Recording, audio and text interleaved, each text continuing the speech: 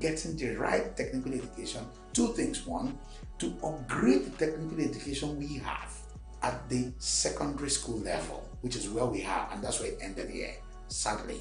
We upgrade it to become the modern technical education with modern tools, modern skills, modern industry requirements. And guess what? Targeted industry requirements for the industries that we want to bring in here or people want to bring in here, infusing them into the curricula of the technical education such that our boys and girls will come out from these technical schools straight into jobs. Then we'll take it one notch higher. Of all the technical schools, of all that you do in technical education, where will they do their tertiary education? Where is the tertiary technical education? That one is almost non-existent because all the tertiary things you have are doing theory and more theory. How are we ever going to solve our problem?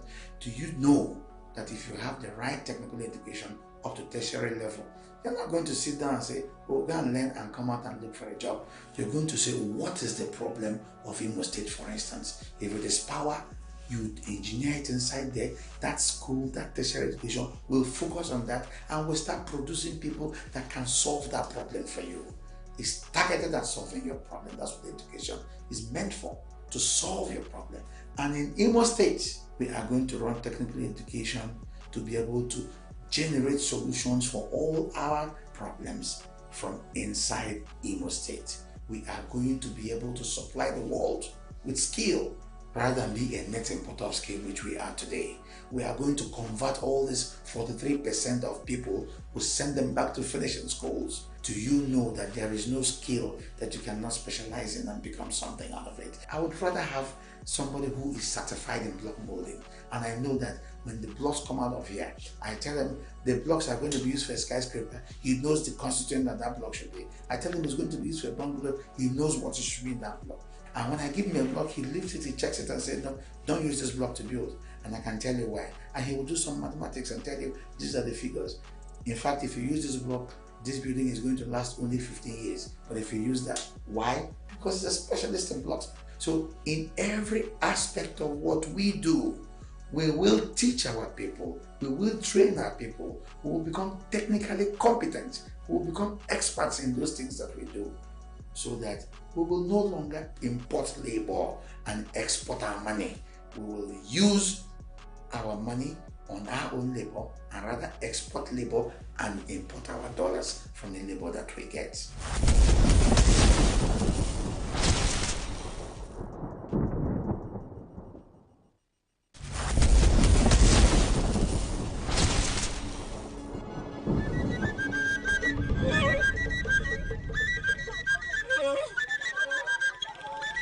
Ndị Imo m hụrụ n'anya, aha m wụ Kachi Nwoga. Awụ m nwa unu, awụ nwanne unu nwoke. Elegharịala m anya n'Imo Steeti. Afọ ejughị m n'ihe m hụrụ. Echela m echiche banyere Imo Steeti. Ahụ m ihe mere m obiọma. Ana m ajụ unu na-ahụ ihe na-eme unu obiọma n'Imo Steeti nke taa? Otu obodo dị, ọ dịrị anyị mma, ọ bụ ihe anyị chọrọ. Anyị si adịrị otu a gawa n'ihu. Soro m chee echiche a. Ka ihe a ga-eme chibụọ anụ ọzọ. Ọwụta a alaba achịrị obi n'aka. Ọwụta a anọrị agụrụ ejighị ego, onweghị nke a na-aga aga ya dị mma. Ọwụta a anyị chere na ọ gwụchala otu Imo Steeti ga-adị. Ọwụta ka ọ ga-adịgide. Mba, mụ onwe m ekweghị. Elerole m anya, chee ya eche, tụlee ya n'obi m niile. Ama m na o nwere ihe a ga-eme n'Imo Steeti, ihe ebido dịtụwa mma. Ọwụ naanị m ga-eme ya, ọwụ mụ na unu ga-eme ya. Ana m asị unu, kwado m. Achọrọ m ka anyị hazie Imo Steeti. Anyị hazie Imo Steeti, ọ ga-adịrị nwoke mma, dịrị nwaanyị mma. Ọ ga-adịrị oke mma, dịrị nwata mma. Alaba ara ha. Ndị kwesịrị ịga skuul, ha gawa skuul. Ndị kwesịrị n'ọrụ, ha nọrọ n'ọrụ. Ndị okenye agwa na ha ahụ ebe a ga-eleta ha anya. Ọ bụ naanị ihe ọjọọ na-ekwafe ọbara ka anyị ga na-anọ? Mba. Aka ndị Imo Steeti na-enyere ndị steeti ndị ọzọ. Oge ruole mgbe a ga-akpọta onye ga-achị Imo Steeti, ga-akpọkọta ndị dị otu a ka onye ọbụla tinye aka bịa mezie Imo Steeti. O nwekwana ihe anyị chọrọ n'Imo Steeti anyị na-aga enweta n'Imo Steeti. Imo Steeti juru eju n'ihe niile dị mma. Ihe ọ fọrọ wụ onye na-hazi. Ka a hazie ihe ahazie. Ma gị onwe gị na-ege ntị, lee anya na akara ekwentị nke a ga-ede ugbu a, lee anya na webụsaịtị nke a ga-ekwu ugbu a. Onwe ego onwe gị chere ị nwere ike ime n'Imo steeti ka Imo dị mma, biko kpọọ m ka m za gị, ma ọ dị akwụkwọ debara na webụsaịtị nke etinyere anyị ebe a, tinye anyị ga-ahụ ya, anyị ga-ele ya anya, ya ruo nke ịkpọgo oku anyị ga-akpọ gị oku. Maka ewekọta ihe ndị a niile, onwe onye ga-agwa m na Chineke ajị ihe ọma chọọ Imo steeti mma n'ebe unu niile nọ na ọgụgụ isi niile nwere. Anyị chịkọta ihe ndị ọnụ, anyị ga-eme Imo steeti ya dị mma. Ụmụnne m, ụmụnna m, chee ya eche, tinye aka na HAZIE IMO gọọmenti pati ADP nke mụ onwe m nọ n'isi ya ka onye na-azụ ọchịchị nyasị unu. Tinye n'ihe ndị a niile ka Chineke zi Imo steeti ekpere.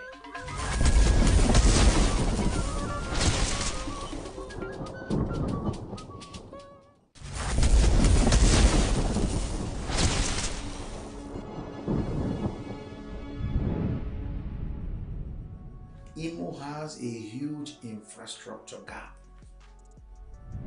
If you wait on this paltry 20 billion revenue in a year, you'll probably do a few kilometers of road. That's why we have been bedeviled by so-called non-performing governments. What are we waiting for? Federal allocation. How much? $500 billion budget. And by the time you get to capital budget, you barely get 100 or 200 billion to do. We will never close the infrastructure gap except we have innovative ways of delivering infrastructure. The HAZIE IMO government is not going to sit down and wait for 30 years. The HAZIE IMO government has in its plans in its 4 years to deliver infrastructure like never before, using a combination of mechanisms, using the tax swap and popularizing the tax swap, because we have companies that we can trace their roots back here that can engage in effective tax swap, and doing it in a transparent manner such that all your money can be translated fully into real roads and infrastructure. We are even going to have roads. Where necessary, we have toll roads. Why? Because in this case, we'll be creating roads where there are no roads, in new link roads that can shorten your journey. How else do you make Imo a one-city state if you do not link all the major centers and local with shots? Do you know that the size of Imo State is just about the size of Greater Houston, where you can use one address and locate anybody? HAZIE IMO government will make this happen by using CSR, by using structured payment patterns to have companies build these roads and all that. And do you also know that when you build roads, you develop the adjoining areas of those roads, and by ceding development control to those that can build those roads, you can let them recover their monies from the real estate that will come around those roads. Are you aware that you can do business with our right of way when we create new roads?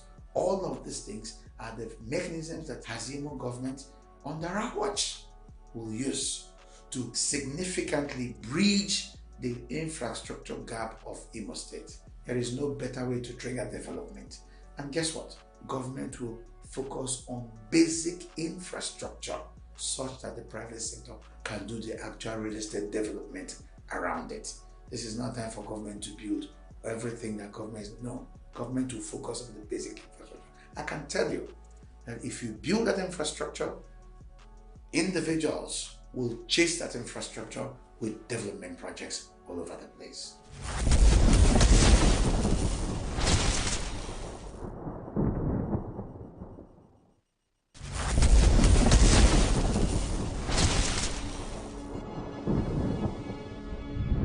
When you talk about the reason for lack of productive industries in this country, ladies and gentlemen, the reason for poor it's been 9 o'clock, 9:03.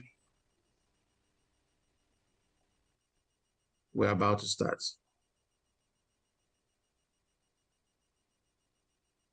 Looking at power. Yes, power is a problem, but it's not the first problem. It's number 3. Security is number 2. But the number 1 problem for industrialization is absence of skilled labor. That is the biggest challenge for industry in this country. And that's a shame, for a country and like Imo State that has 43% unemployment. You have people unemployed, yet you don't have people that can do the work. The quickest answer to this is technical education. In the real sense of technical education, we have what they call technical education, technical schools running on the old system. What are they doing? Woodwork, that's fine. It has a place. Electricity, also electrical, that's fine. It has its place. They have a mechanical, that's fine. It has its place. But guess what? What are the two biggest things in the world today? Information technology, and what is the biggest economy in Nigeria today? Oil. These two are completely missing in our technical education. So what are we running? What the white man set up in the colonial days is still what we are running today as technical education. And therefore, every day as you're flying from international airport, you're seeing people of white color, you're seeing Chinese coming in drones into Nigeria to come and take up jobs when our people are dying from unemployment, because we are not equipping our people with the right technical education to take up the skills and do the work. So this government of mine is going to focus on getting the right technical education. Two things. One, to upgrade the technical education we have at the secondary school level, which is where we are, and that's where it ended here, sadly. We upgrade it to become the modern technical education with modern tools, modern skills, modern industry requirements. And guess what? Targeted industry requirements for the industries that we want to bring in here, or people want to bring in here, infusing them into the curriculum of the technical education such that our boys and girls will come out from these technical schools straight into jobs. Then we'll take it one notch higher. Of all the technical schools, of all that you do in technical education, where will they do their tertiary education? Where is the tertiary technical education? That one is almost non-existent, because all the tertiary things you have are doing theory and theory and more theory. How are we ever going to solve our problem? Do you know that if you have the right technical education up to tertiary level, you're not going to sit down and say, oh, go and learn and come out and look for a job. You're going to say, what is the problem of Imo State, for instance? If it is power, you engineer it inside there. That school, that tertiary education will focus on that and will start producing people that can solve that problem for you. It's targeted at solving your problem. That's what education is meant for, to solve your problem. And in Imo State, we are going to run technical education to be able to generate solutions for all our problems from inside Imo State. We are going to be able to supply the world with skill, rather than be a net importer of skill, which we are today. We are going to convert all this 43% of people who send them back to finishing schools. Do you know that there is no skill that you cannot specialize in and become something out of it? I would rather have somebody who is certified in block molding. And I know that when the blocks come out of here, I tell them the blocks are going to be used for a skyscraper. He knows the constituent that block should be. I tell him it's going to be used for a bungalow. He knows what it should be in that block. And when I give him a block, he lifts it, he checks it and says, no, don't use this block to build. And I can tell you why. And he will do some mathematics and tell you, these are the figures. In fact, if you use... That's what you can take on the video. IK, at this point, you may have to stop. Ladies and gentlemen, it is our sincere pleasure to welcome you to this epochal Zoom meeting. I'm having the manifesto presentation as well as election support for a candidate of the Action Democratic Party, ADP, talking about none other than the very ebullient Dr. Kachi Nwo.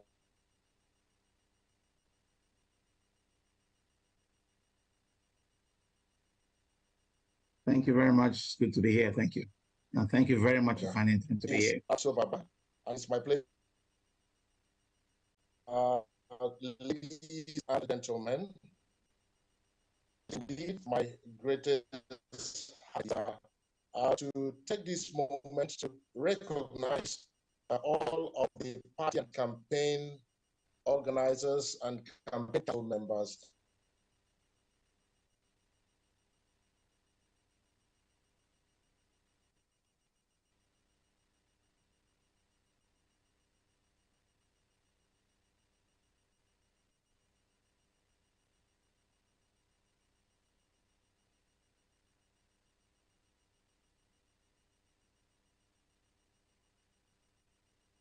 including the Director General of the none other than Barrister Thelbert Aprim.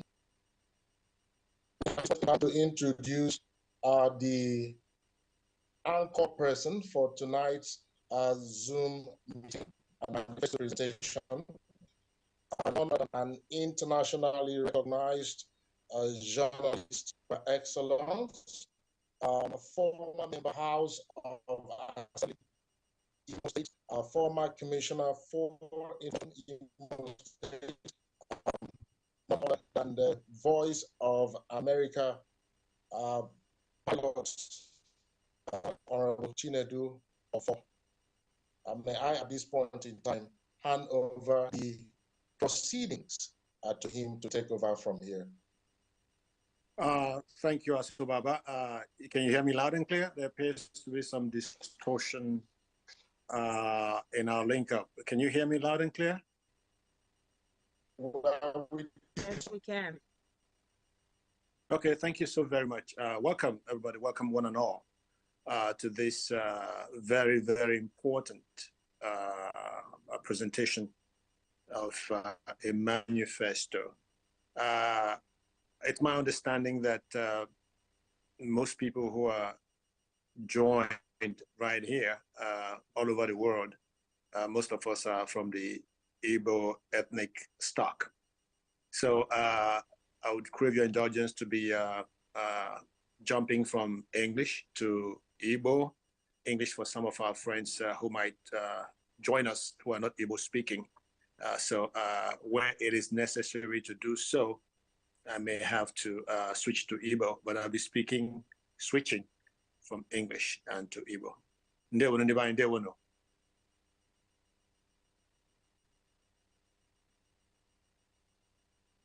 Hello? Ndewo. Yeah, ndewono. Asubaba has, of course, given an introduction. Mine is to let us understand the importance of the moment. But before we move any further, of course, we need to hand this over to the Almighty God to bless this day and start it with a prayer. Invite the Holy Spirit to be amongst us so we can now move forward. It's my understanding there's a Reverend Father in our midst. Father, are you there? If you're there, can you take it over and then bless this occasion and give us some prayers?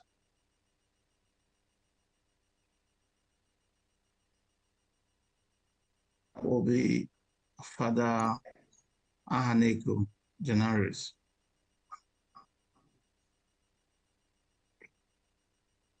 Father Ahaneko, are you there? Please, can you lead us in prayer? Thank you. I think he needs to be unmuted.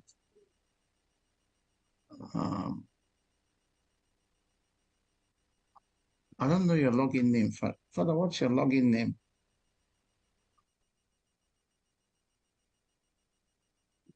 Just a moment. Let's get his login name so he can be unmuted.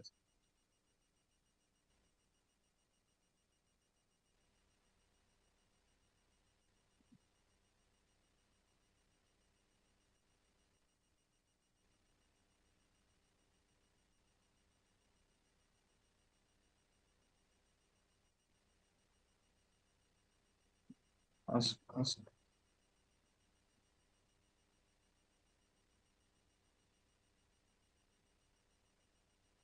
Dr. Morgan, have you reached the Father?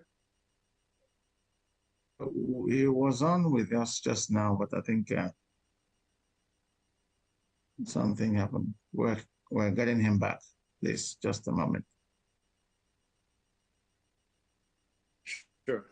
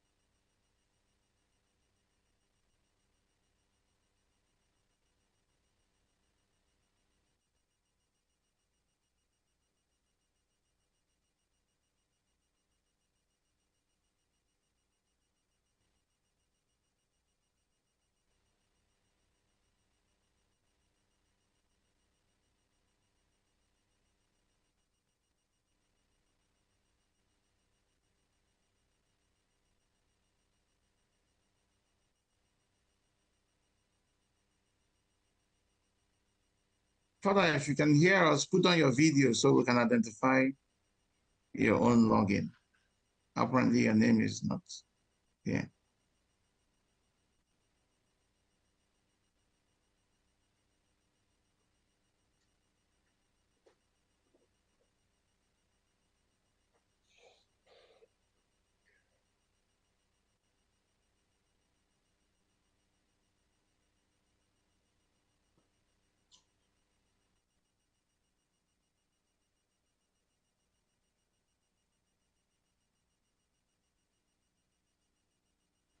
Yeah, Father, if you can hear us, just can you put on your video?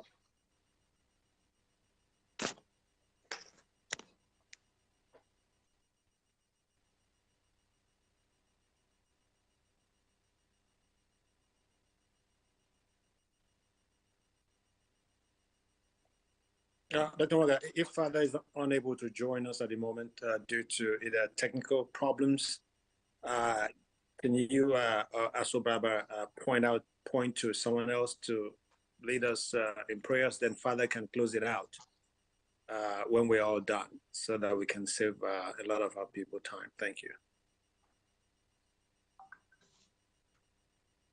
Okay, at this juncture, please permit me to, on behalf of the candidate of the Action Democratic Party, ADP, gubernatorial candidate for the November 11 IMO governorship election, I do make offertory for prayer at this point in time. In the name of the Father, and of the Son, and of the Holy Spirit. Amen. Our Father, we hand over this great gathering into your name. We ask that at this point in time, you grant us wisdom, grant us the opportunity to engage meaningfully, and to give us the opportunity to make meaningful contributions to the growth and development of our state, Imo, and indeed our country, Nigeria. As we begin this night event, and wherever other of our colleagues are in the diaspora, we pray that your guidance and protection and forward-looking nature of your presence be upon us. All this we ask in Jesus Christ's name. Amen. Amen. Amen. Amen. Amen. Well, thank you one and all. And for those who are joining us,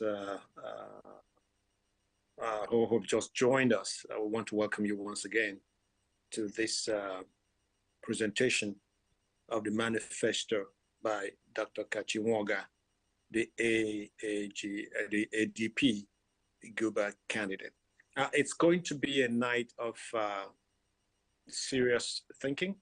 It's going to be a night of forward-looking. It's also going to be a night of introspection.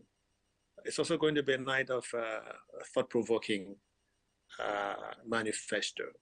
I'm sure all of us here in the diaspora and those who are joining us at home, this is a very sad and unhappy time in the history of Nigeria and also in the history of Imo State. Nigeria, Imo State is in dire straits.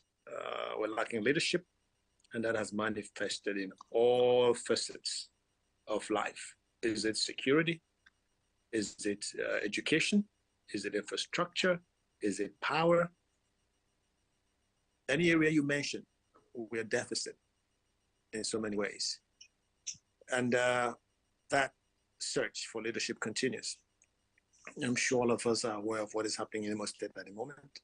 We do not need a soothsayer to know exactly a breakdown of law and order, total breakdown of everything. And so we're faced at this moment, at this time, with this search for leadership. And I'm not saying this because Dr. Kachiwaga is my friend. I'm saying this from the perspective of an international journalist, an international reporter. I've been all over Nigeria. I've covered all the governments, from both the federal to state to local governments and even councillors. So I know, I've been there, and I know the problems, how big and huge this problem is. And of course, Dr. Nwanga comes not just to ask us to just blindly vote for him or go with him. He's a man of ideas. He comes with ideas, and this is what the manifesto is all about. I'm sure a lot of us who are here today may not have been sold, may not have been in his corner, but this manifesto will be your opportunity to listen to him, to compare his ideas with the ideas of other people, to compare the workability of his ideas that he's presenting. And this is what it's all about. So tonight is about Dr. Nwanga telling you his ideas by your assistance, by your help, and by God's grace. If it becomes the next governor of Imo State, the ideas is going to put on the ground, on the table, to turn things around. That is what this night is all about. And, you know, so I'll just leave it up to him. How we're going to do this, Dr. Nwanga would present a video of his manifesto, then he will be open. This is a candidate who is not shy about taking questions. He's not shy about standing up and defending his positions. He's a well-educated, grounded human being. And so don't hesitate to ask any questions. Don't hesitate to offer ideas. Today, after his manifesto, is open to all questions, regardless of where they come from, regardless of what political party you're from. As long as you're part of this, all of us have one thing in common. We want a better Imo State. And that is what he offers. So without taking a lot of your time, I will simply hand this over to Dr. Nwanga to show us and play for us his manifesto, and then we'll come to question time. But if there are any other thing, anybody, you can make suggestions in the chat. You can reach me in the chat or whatever. Then we can, or maybe raise your hands if you have any questions when it's all done, so we can get this off the road. Dr. Nwanga, over to you. Thank you very much. Just before we get on with that, thank you so much for the kind words. Just before we get on with that, we are privileged to have here, among all the wonderful people here, we have Professor T. Uzodimma Nwala, the father of African philosophy, a revered son of Imo State, Nigeria, and an HAZIE from BC. He is here, and he will give us, we will have the honor of having him give us a keynote. Please, over to you, Prof. Thank you.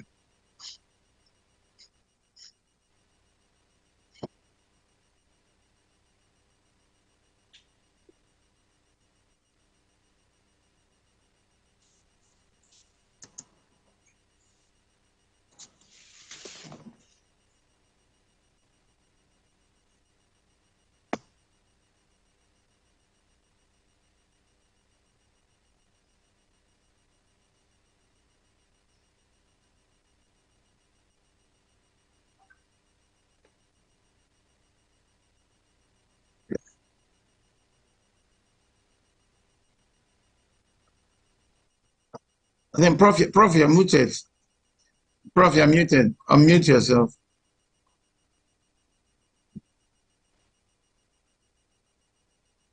I hope that's okay. Are you hearing me now? Very well, Prof. Okay. So I started by thanking you, everybody who is keyed into this program, and to thank HAZIE Nwanga personally for asking me Recording in progress. to participate in this program. I see my role as that of any elder who is being asked to speak or write a recommendation on behalf of his son, his relation, his ward, who is seeking to play any role, whether in industry or in society. You know, want to play the role of presenting or giving him a testimonial. I didn't hesitate as soon as HAZIE told me about this, even though I keep chiding him and saying to him, Funakachi, you've never considered it very seriously to sit down with me and examine this task which we are undertaking for the sake of our people. However, some of the moments we've talked together have encouraged him. I didn't know Kachi so much, except in the last 1 year or two, when we started working together in the HAZIE Society of Mbaise. I didn't know much about him until later. I realized that I was dealing with a world personality, a global personality, who is so humble. In the HAZIE Society of Mbaise we belong to, Kachi is the most resourceful person we have. You will think he's just a young man running around for elders. No. I have been inspired a lot by this young man. His simplicity, his commitment, his grassroots.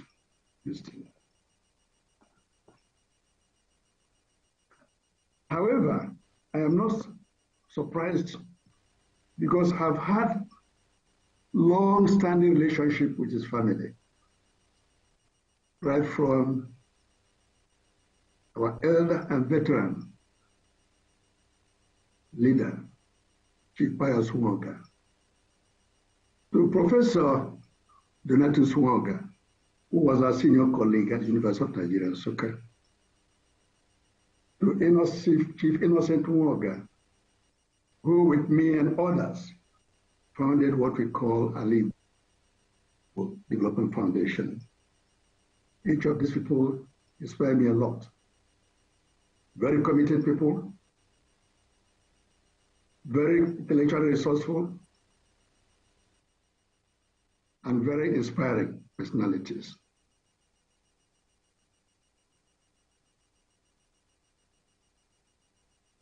Kachi represents everything I know about this man. Kachi is a worthy Mbise son, a worthy Igbo son. He not only holds the title of SAG, he also holds a traditional title of Odengalome, a common title in his family tree. Kachi is highly dedicated and humble, and worthy in learning and character. Later, when I started reading about the large exposure of this young man in the global system, in the continental system, in the national system, in Imo State, in HAZIE IMO, and of course in Mbaise, we know him very well. He's not only a grassroots man, but an accomplished intellectual and a great professional, vast in many areas of his expertise. Not only in medicine, but also in developmental studies, areas of society. Kachi is very much at home with Imo State, very much at home with different parts of HAZIE IMO, and also much at home with Nigeria. And of course, I said, a global system.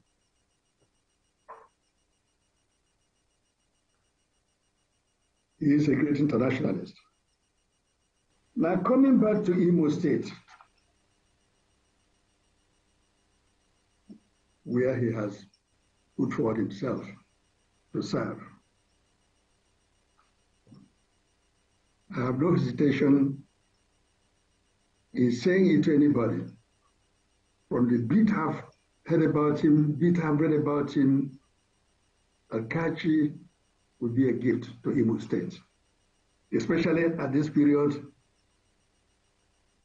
when all of us are in pains, not only as a result of what is happening to the Igbo nation, but as a result of what's happening to Igbo State.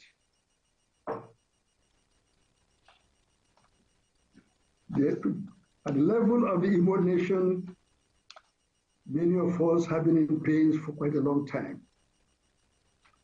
concerning the conquest agenda of Igbo State.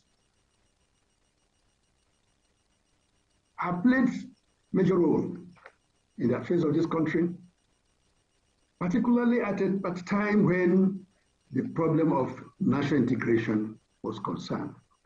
From my childhood days, a bit after the war, I was one of those that initiated the NYSC, which we founded as an instrument of national integration. Also again, which I played a role. The Abacha Constitutional Conference, where I was a major actor. The 1999 Constitution was the basic intention of it was formulated by a good number of us. I was a member of that Constitutional Drafting Committee. Unfortunately, the draft we submitted to Abacha was thrown aside when Abdullah Abubakar came, and overnight, the conquerors, those who claim they own Nigeria, threw out all the fundamental elements of that constitution. A constitution that went a long way to lay the foundations for great national integration. I know how much we fought to end military rule, how much we fought to prevent Abacha from installing himself as a civilian president. I also know how much we did. Collectively, those of us who were key actors in that 1994 Constitutional Conference, we got together on G34, whose document I authored, which laid the foundation for the PDP. And I was the pioneer, director of the national strategy of the PDP. So the fundamental principles of national integration, rotational presidency, geopolitical zoning, and so on and so on and so forth. All these have been thrown all about. When I look at the situation today, especially the composition of the political leadership under the present government, I start shaking my head and say, oh my God. Because I know at the Constitutional Conference, one of the important things we tried to do was to emphasize and lay down the fundamental principles for zoning of power, to ensure that there was equitable distribution of power, equitable participation of the various districts. We think of it today that when you name almost 10 to 12 major national leadership institutions, NIBO are not part of it.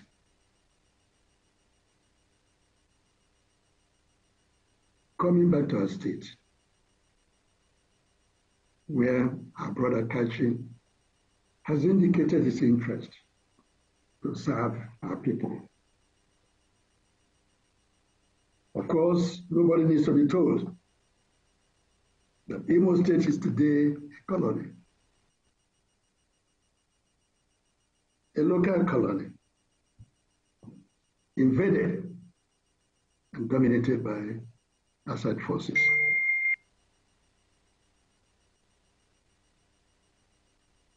I was very active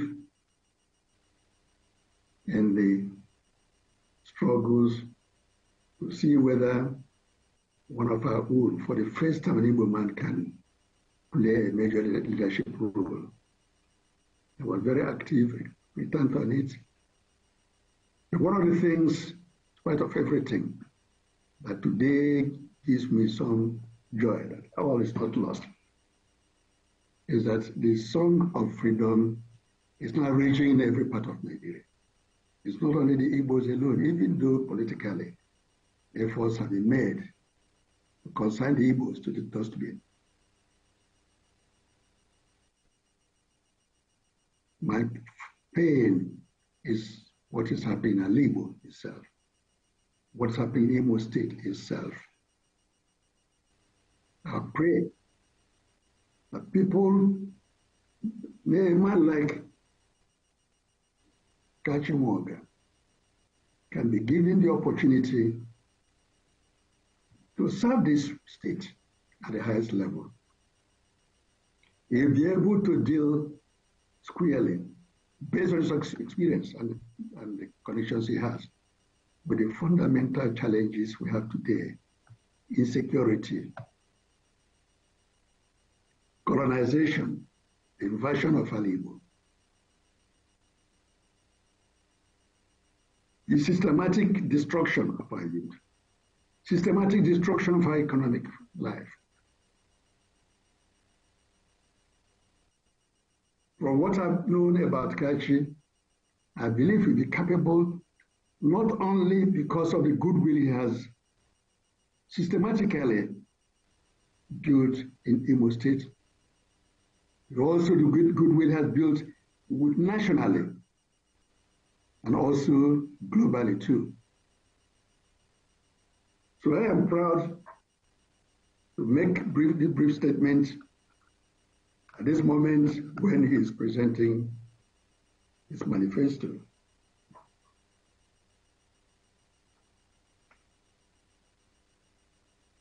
It's my prayer that God will help us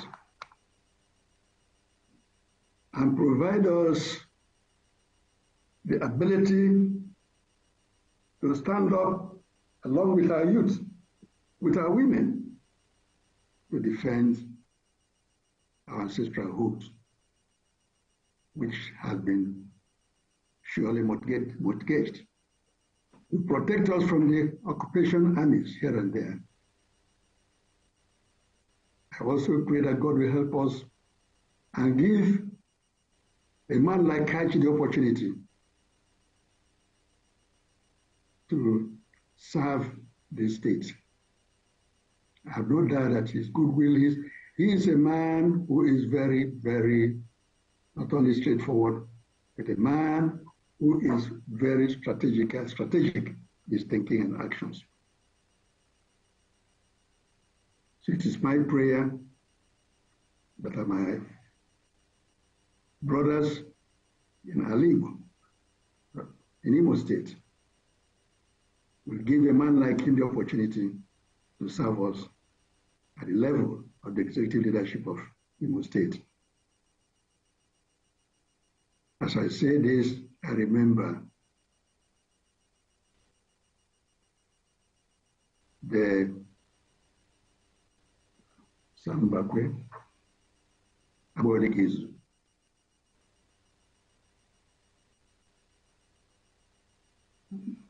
At times, when I look at Kachi, he seems to have physical resemblance to Mbakwe. I keep laughing. He's maybe not as black as Mbakwe, but he has that kind of physique. And what I admire in this young man is he has enormous energy, enormous capacity. With even although he's running for this race, very, very serious committed race, Kachi is always attending the SJG meeting. It's also, he's going to be with us next 2 days to tidy up their committee work in the region business ceremony.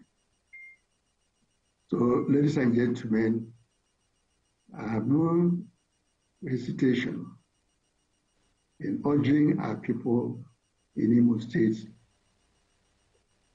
please support this gentleman.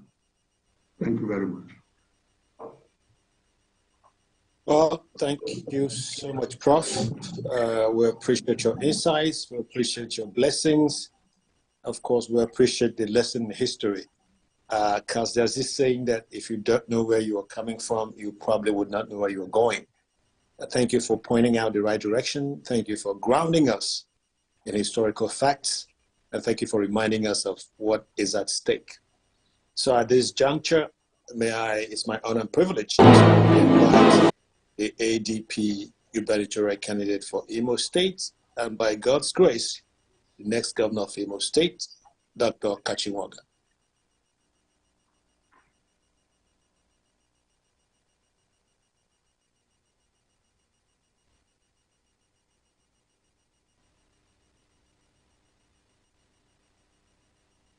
My moderator and boss, former commissioner for information, please may I crave your indulgence to request in 2 minutes that the technical crew please roll out a 5-minute spectre of the incoming governor of Imo State, talking about Dr. Kachinwoga. Your indulgence, please. Granted, please go ahead.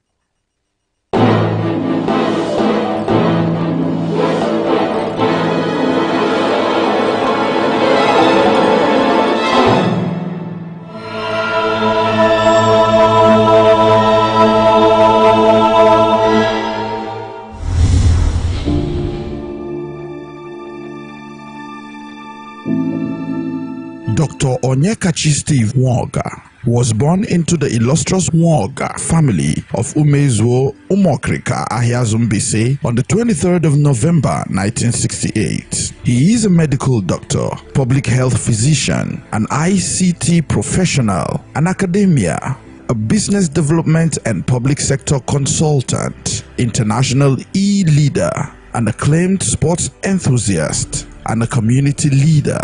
Dr. Kachinwoga is that very ordinary and simple man who was born during the Civil War.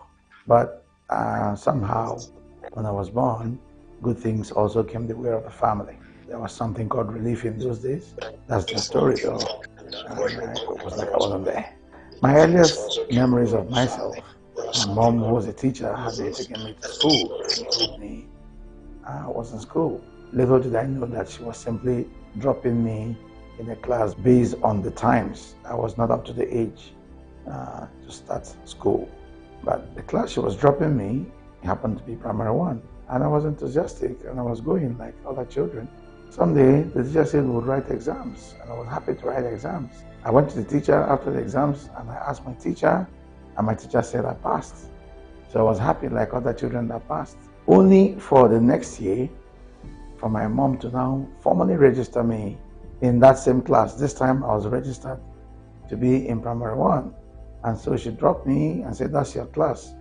So I went in there, saw the same teacher. I ran out of the class and I ran straight to my mom's class. I said, you dropped me in the wrong class. I passed that class. My mom said, well, you weren't exactly in the class. And I said, no. The teacher told me I passed, so I know I passed. So take me to where all those who passed that class, where I'm not going back to the class that I passed, because the class is for those who didn't pass. And my mom was perplexed, and she went to the teacher to say, how do we tell the young man he has not really started? And the teacher said, he actually wrote the exam, and let me tell you, he passed that exam like other people. So I think he has a right. And so that's how I was moved straight to primary 2, and that's where I actually formally started school. Essentially, all his education in Nigeria were at premier institutions. He had his primary school education at the renowned Ikenebu Primary School, Owerri, in 1979, from where he proceeded to the elite Federal Government College, Okigwe, in 1979 to 1984. He graduated and qualified as a medical doctor from the prestigious University of Nigeria, Nsukka, UNN, from 1984 to 1990 with an MBBS. he obtained a postgraduate certificate in hemodialysis at the Jos University Teaching Hospital, Juth, and also at the National Hospital, Abuja. From the Legacy University, The Gambia, he acquired a diploma in epidemiology and a master's degree in public health from the Federal University of Technology, Owerri, Futo. In 2007, he attended the Leadership International Institute in Virginia, USA, from where he received a certificate in e-leadership. As an ICT professional, Dr. Kachi Woga is a Netcom certified VSAT engineer, Siemens certified ICT engineer with proficiency in HiCom 110 series, Hypath 300 and Primergy Blade server. He also holds a certificate from the Chinese Cooperative Medical Scheme. I'll be honest with you. My mother wanted me to be a doctor. I think there was some influence in the sense that my family is a large family. My family has had just about everything there is to have. There was one thing that was missing from the Walker family. The Walker family had never produced a medical doctor. So in all the professors, reverend fathers, monsignori, ministers, by the way, right from the First Republic, traditionals too, but no medical doctor had come out of the family. So maybe that's why my mom wanted me to be a doctor. And she somehow steered me. And I guess it was a bit easy to steer me because the ingredients required were physics, chemistry, biology, and all that. I was already good. I was already a science person, and I'm grateful for that. Upon his graduation from medical school, he underwent his internship as a house officer with the University of Nigeria Teaching Hospital, UNTH, Enugu in 1991, and then performed his NYSC from 1992 to 1993 at the General Hospital, Owerri, now Federal University Teaching Hospital. The next year, he became a senior African research physician to David Medical Foundation, Milwaukee, Wisconsin, USA. Thereafter, he joined Chapel Group Specialist Hospital, Owerri, and in 1995, after 4 years, he honorably resigned as a senior medical officer in order to take up the position as a personal assistant to the Federal Commissioner, Federal Character Commission, Abuja. He served on this position from 1996 to 1998, when he was made the medical director, Vaccine World Africa. We all confirm we're seeing the screen. And I can start. Were the best. Thank you very much. They were the best in the world. Thank you very much. This was a time when people will study abroad and come back to HAZIE IMO is our campaign. Service. I was a beneficiary. I am Kachi Woga. My party is Action Democratic Party. And that's where we're the best state in the world. is IMO. I also realized, having studied systems across the world, that some of what Nigeria was doing are not exactly sustainable. So yes, we had it good, but we didn't have adequate systems in place to ensure sustainability of what we have. Having practiced medicine at several hospitals, he decided to embark on the next phase of his new studied career by equipping himself with relevant multiple certifications and trainings on ICT by the industry leaders Siemens, Intelsat, and Netcom. This became instrumental later for the founding of MedSoft Nigeria Limited, his company, which got into ICT and medical partnership with the German engineering giant Siemens. I got into this because my I was mission, trying to my get vision an equipment supplier where we could maintain it. It's IMO is not just one of those places. It's not just get into Siemens Medical. Just one more state. IMO is our home. IMO is that place that we love to come back to. IMO is that place that we love to live and work. IMO is that place that everybody who comes from any part of Nigeria comes to IMO. They want to settle their family name. And it was, as we were growing, one of the best places to raise a family. Went on I remember visas. when was certified too. A family friend training. said, my children, my world change. He was working in the oil company, but he kept traveling nowhere. He immersed himself, both formally and informally, with other relevant, reputable technology companies across the globe, including High-Tech, USA, Totnora, Israel, etc. He has also undergone and completed leadership training from the Leadership Institute, Virginia, USA. In 2009, he was one of the 2 Nigerian physicians selected for special training in Taiwan, China by the Chinese government on rural healthcare delivery, focusing on the new Chinese cooperative medical scheme, which comprises a reimbursement scheme based on electronic medical records, tracking along with the electronic health monitoring and alert system of China. The knowledge and expertise he gained from the China training is partly expressed in his well-articulated star paper presented in the 2008 Nigerian Health Promotion HEPRAN Conference, which was titled Electronic Disease Notification, a Must for Nigeria. That we will definitely get to our destination. Much it means that you I'm always looking for solutions. Can do something so for to aid each time there's a challenge, move faster. I start looking for and if solutions. you are faster, technology means is we'll something get there that faster, but surely we'll get there. And so I started finding my mission is very simple. It's to attain a modern state in form and function. A modern state. Issues. So what a modern state in form management and in function. Solutions. You know, participate in designing human beings, and the systems the infrastructure, taking the right form, physically, aesthetically, how it's supposed to look. I say, how you see the look and the feel of the state. I may not be getting what is commensurate because sometimes I throw everything I have into trying to find one solution. You know, that's the problem with the restless mind. But providing, creating, instituting, functioning institutions. Restless and eager to explore a different industry, but not entirely leaving the medical field, Dr. Kachi Mwoga moved to become the managing director of ConamNet Limited, an NCC-licensed VSAT company, which was at the forefront of the burgeoning IT revolution in Nigeria at that time. Consequently, years later, he took up another assignment as a director, Nigdel Communications Limited, an NCC local exchange operator in Bayelsa State. Not only did he sharpen his capacity as an ICT consultant, he prepared himself to apply the knowledge gained to the medical field. This also contributed in founding Medsoft Nigeria Limited, a technology solutions consultancy company that provides services for public and private corporations, including the federal and state governments. This is in addition to stellar world-class institutions like the World Bank. Her flagship software branded Medsoft is leading electronic medical records EMR software in Nigeria. In 2006, he was engaged by World Bank as a consultant for the UBE Data Center project in Katsina State. He remained the managing director of Medsoft until he was called into service in Imo State, first as special advisor and senior technical assistant to the then governor of Imo State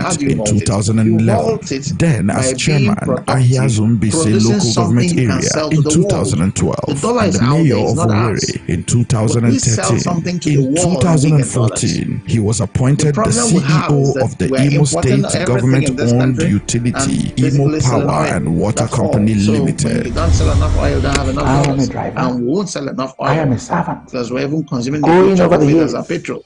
When the governor spends all the time being a leader of everybody, that's a distraction.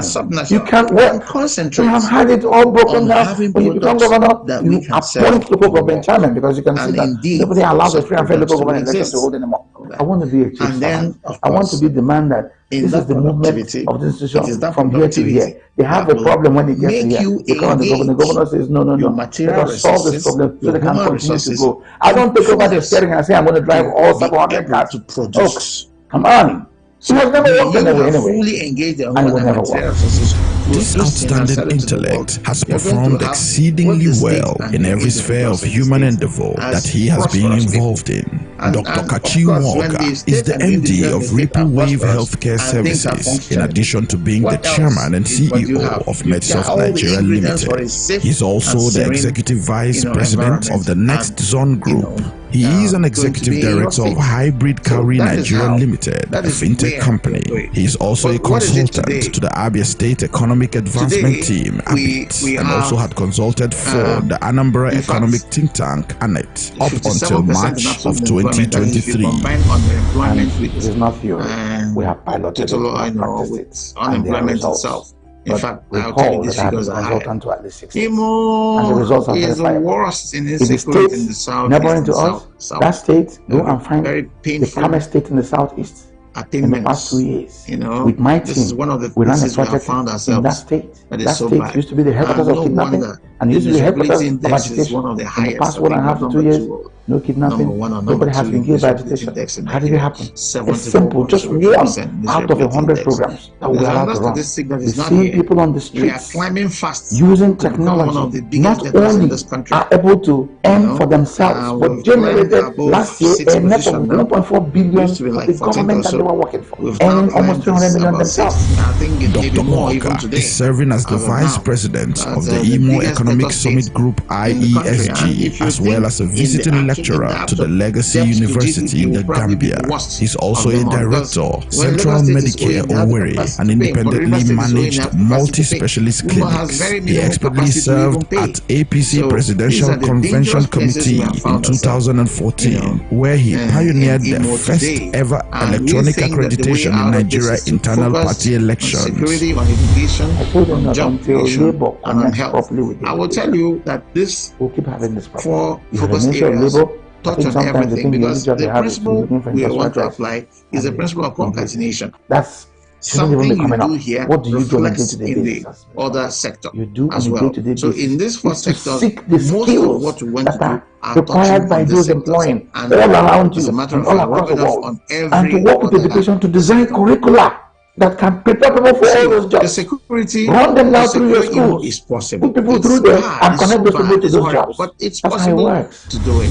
In the 2015 general elections, he was state director, IMO Situation Room. He was also a governorship aspirant in 2018. He is a member Nigerian Medical Association, member American Public Health Association, and co-founder Institute for Public Health Nigeria, IPHN. He is member David Medical Research Foundation, USA, and member Health Informatics Unit, APHA. His numerous works in public health has also been recognized and recently earned him the prestigious academic fellowship of the Society of Environmental and Public Health of Nigeria, FSEPHN, and is currently Vice President South of the association. I know you don't play politics with security. It's human life we're talking about. So that IMO has spilled more blood than we have ever spilled put together from the inception of IMO State. In fact, this some of them I admire for different. So whoever is going to become our governor, placing them whoever in is sitting IMO, on that seat, present day has to IMO, take full and responsibility placing them to get that result of where I want them to be. Because the day you accept blame is the day you begin to change how you will handle things and face reality, and stop playing politics. I don't like what's going on in IMO State, and it won't change until we stop playing this unfortunate politics with security. I think so. They all want And how does this work? I've said it up every time. I've said it on national television, and I'm still saying it. There is no way you can come to my village with security people you've hired from God knows where, and you tell me they're going to put security in the village. In my own village, if a foul misses, Dr. Onyekachi Stephen Waga's blemished and meritorious service in government is a testament that there can actually be selfless, dedicated service in government in Nigeria, where visible and viable dividends are its hallmarks. As TC chairman, he procured high-yield cassava variety for rural small-scale farmers in Ayazun Bise from Nepal. He awarded the construction of a total of 15 kilometers road in Ahiazu local government area, new hospital project, reactivation of water scheme in the LGA headquarters, control of Ihitubi erosion menace. He astutely made it possible for Ihitubi erosion sites to be captured in the federal government budget for 2013. And they get prepared. That's the job of the Why do you think people become governors and become first level operatives in the field must be people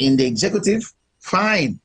that school that you're asking more people to train to go to, your children will go to that school. Let me now know whether you will lack teachers in those schools. Let me now know whether the school will stay and teachers won't come to class and everybody keep quiet. Let me understand how you will now have schools without toilets, and you have girls, you have young boys, and you have schools, no toilets. Let me understand how the state cannot pay for one security man in the entire secondary schools in Imo State.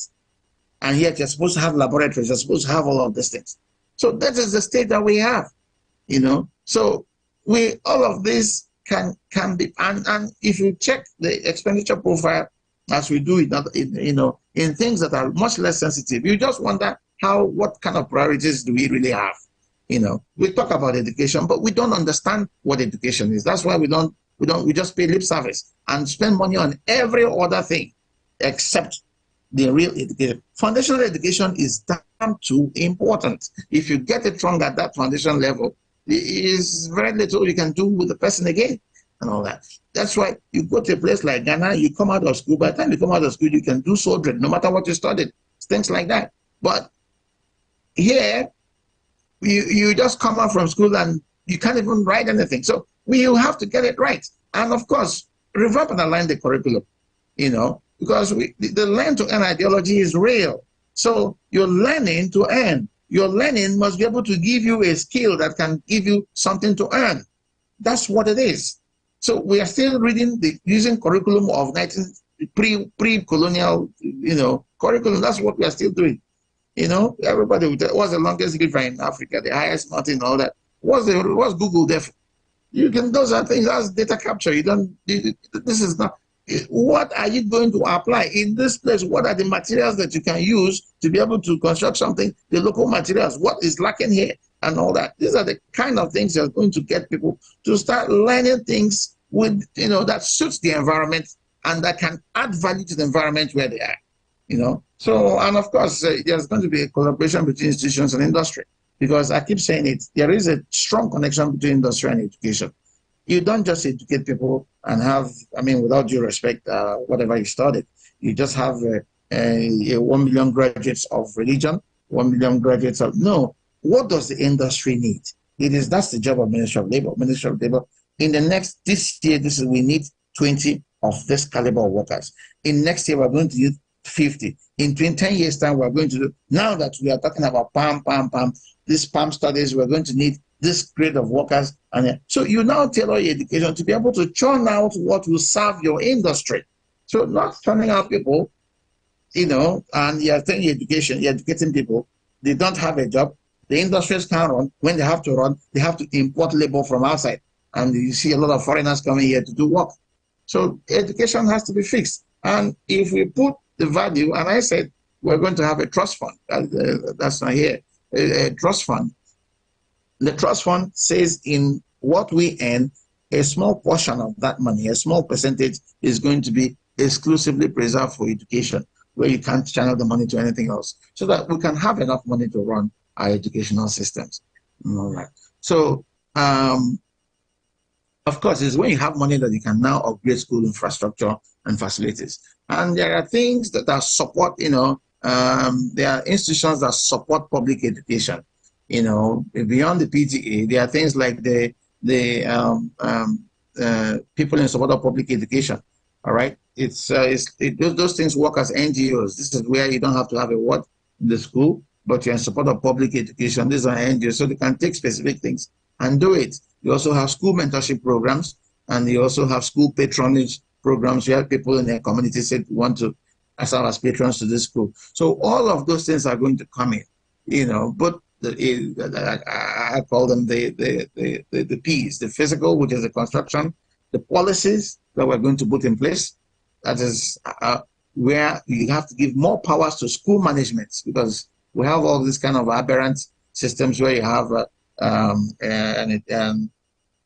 a board sitting down somewhere in a way, supposedly managing 500 schools across the state. The board is sitting far removed from where the school is. The day they want to send the inspector starts calling the principal and say, "Inspectors, we are coming." How can you be calling the person you're coming to inspect? And what is the call? The call is make sure you have a good package for us. So before I'll say, okay, we couldn't really come, you know what, come and see us. and then you come back and see that, how can anything work? So the school management, in the school, in fact, when I read the guidelines for schools, I was surprised that as far back as the 80s, the guidelines have been provided where the communities had major roles to play in the schools in their communities. You had a board, school board, that had the community representation and the school leadership representation. So we're going to give more power to these boards and all that, so they can actually properly manage and run the schools, right? And then, of course, we're going to try and up our budget on education, because without money, like I said, you can't do anything. Now, for this to work, you see, the basic education must be compulsory, and it must be available to everybody. So when we talk of free education, a language that has been abused though, but the reality is that it is still important. You still have to have the free education at that level. Reason being that you can't afford to leave one single child behind. It's a society we're talking about. Any child left behind is a threat to society. So whatever it costs, we must find out how to put that child in the system, and at least up to the basic level, apply the real basic education the way it should be. And then after that, people can help themselves. So the roots roaming around without jobs, it's that's a poison of its own, And again, how will they have jobs? I've told you what we'll do with education. So that's why I said concatenation is a part of it, is what we're talking about. I've told you what we'll do with education. I mentioned security. When I mentioned security, I told you about homegrown security, where you're going to have operatives from within and all that. Now, let me tell you one of the two things, these two things, how they're part of how they're working. One, when you are going to have all this homegrown security all over, it is going to be populated by human beings. It means that from every society, every community, you are bringing people, and that means putting people to work on your problem. So you're going to be having people reducing those who are not working, at the same time making the environment conducive for people who want to come and establish businesses of all sorts in the places, for markets to thrive. We've lost a lot of markets based on the insecurity that we have. So markets will come back to thrive because security is coming back. Production will come back, and then you have more people even engaged. All right. Now, with education, you are now supplying those people, the productive units, the manpower required for their production processes, for their services, to go. So you are also now taking people, and giving people work to do. So these are very important. But I will tell you, to shorten this, we have so much areas of need, and yet so many people are not working. Now, to put IMO, to prosper IMO, you need to put a lot of IMO people to work productively for IMO, because that is how to end, to be productive. All right, it's quite a paradox. It's an irony. You don't have people, you don't have work for people, we clearly say, and yet we're not able to work to make the state productive. So you can see the fact that somebody needs to bridge that need with the productivity. And we did an example in just next door Abia State here. I ran a program for 2 years in Abia State. My team, what we did, a state we saw, there was so much arboro harassment. If you take, in fact, trucks said they were not going to Abia State anymore, because every two kilometers they would stop you and fleece you. What did we do? We proposed to the government and said, you can, make this ticket electronic, because with the paper, that's how they're able to abuse. Everybody said, examine the paper. By the way, when they look at the paper, how do you know whether it's real or not? All that. So after much presentations, they said, okay, go try it. But they didn't even believe it would work. But we did, and it worked. Guess what? We're able to electronically ticketize that, which means that anyone doesn't even need to stop you. They simply just put in your vehicle plate details, and they use the app which we provided. We developed an app for that, and then use it and check the vehicle. So a vehicle can run right through so long as they pay their toll. So the stoppers now, first of all, is reserved for only those who haven't paid, and even at that point that they haven't paid, because the system has identified they didn't pay, it's recorded in the system. So you must answer for it. So what do? You now must get the person to pay. All right, and then of course they pay the penalty too. So all those records go into the system. So what did that happen? Let me tell you the result that happened in a very simple thing like that. But the result was that in 2 years, we engaged 1,238 people from the streets. These were the people who, unquote, were your problem. These people in 2021 generated about 900 million. This is that in 2020, it was just 72 million from that sector. That revenue sector was just 72 million. But in 2021, they generated 900 million. And guess what? In 2022, they generated 1.4 billion for the states. All right. So, and earned all their commissions about 280 million. So, see, so they have earned, the state has earned, they have reordered how things happen. Trucks say going back and start coming to Aba. Before, they would charge you 3 times if they wanted to come to Aba. All that came down significantly. And guess what? The state became so calm that it became the calmest state in the whole Southeast.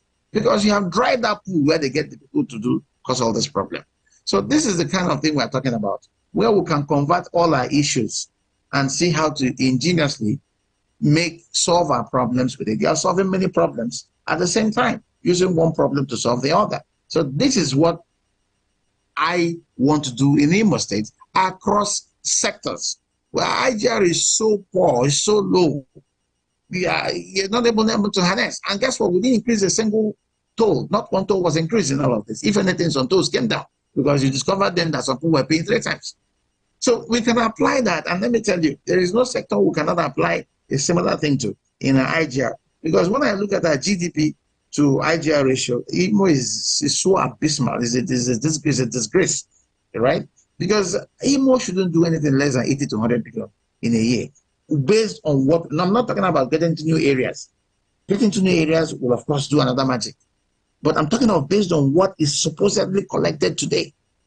We shouldn't, but it's not there. You don't do more than 20, about 20 billion, thereabouts. It's all that we do. There are many areas that are not even served at all. Yet we have many people that are not working at all. So why can't these people become these agents for government? Unregulated, of course, you can't do that until you have the necessary technology to manage it and to manage the payments that will come, because you also can't have them take money from people. This is what we bring to the table, that we're able to provide solutions for such things, and then you gain all the way. It's a win-win for everybody. The people who have work, those who are paying tax are not harassed, they're not fleeced, they don't pay more, and then the government makes a lot of money at the same time, So, I mean, how much better could it get? So this is the kind of things I'm thinking. And of course, we're saying you must equip the people with the right skills. That's why I keep talking about finishing schools. If you do finishing schools, finishing in a specified direction, finishing based on industry needs.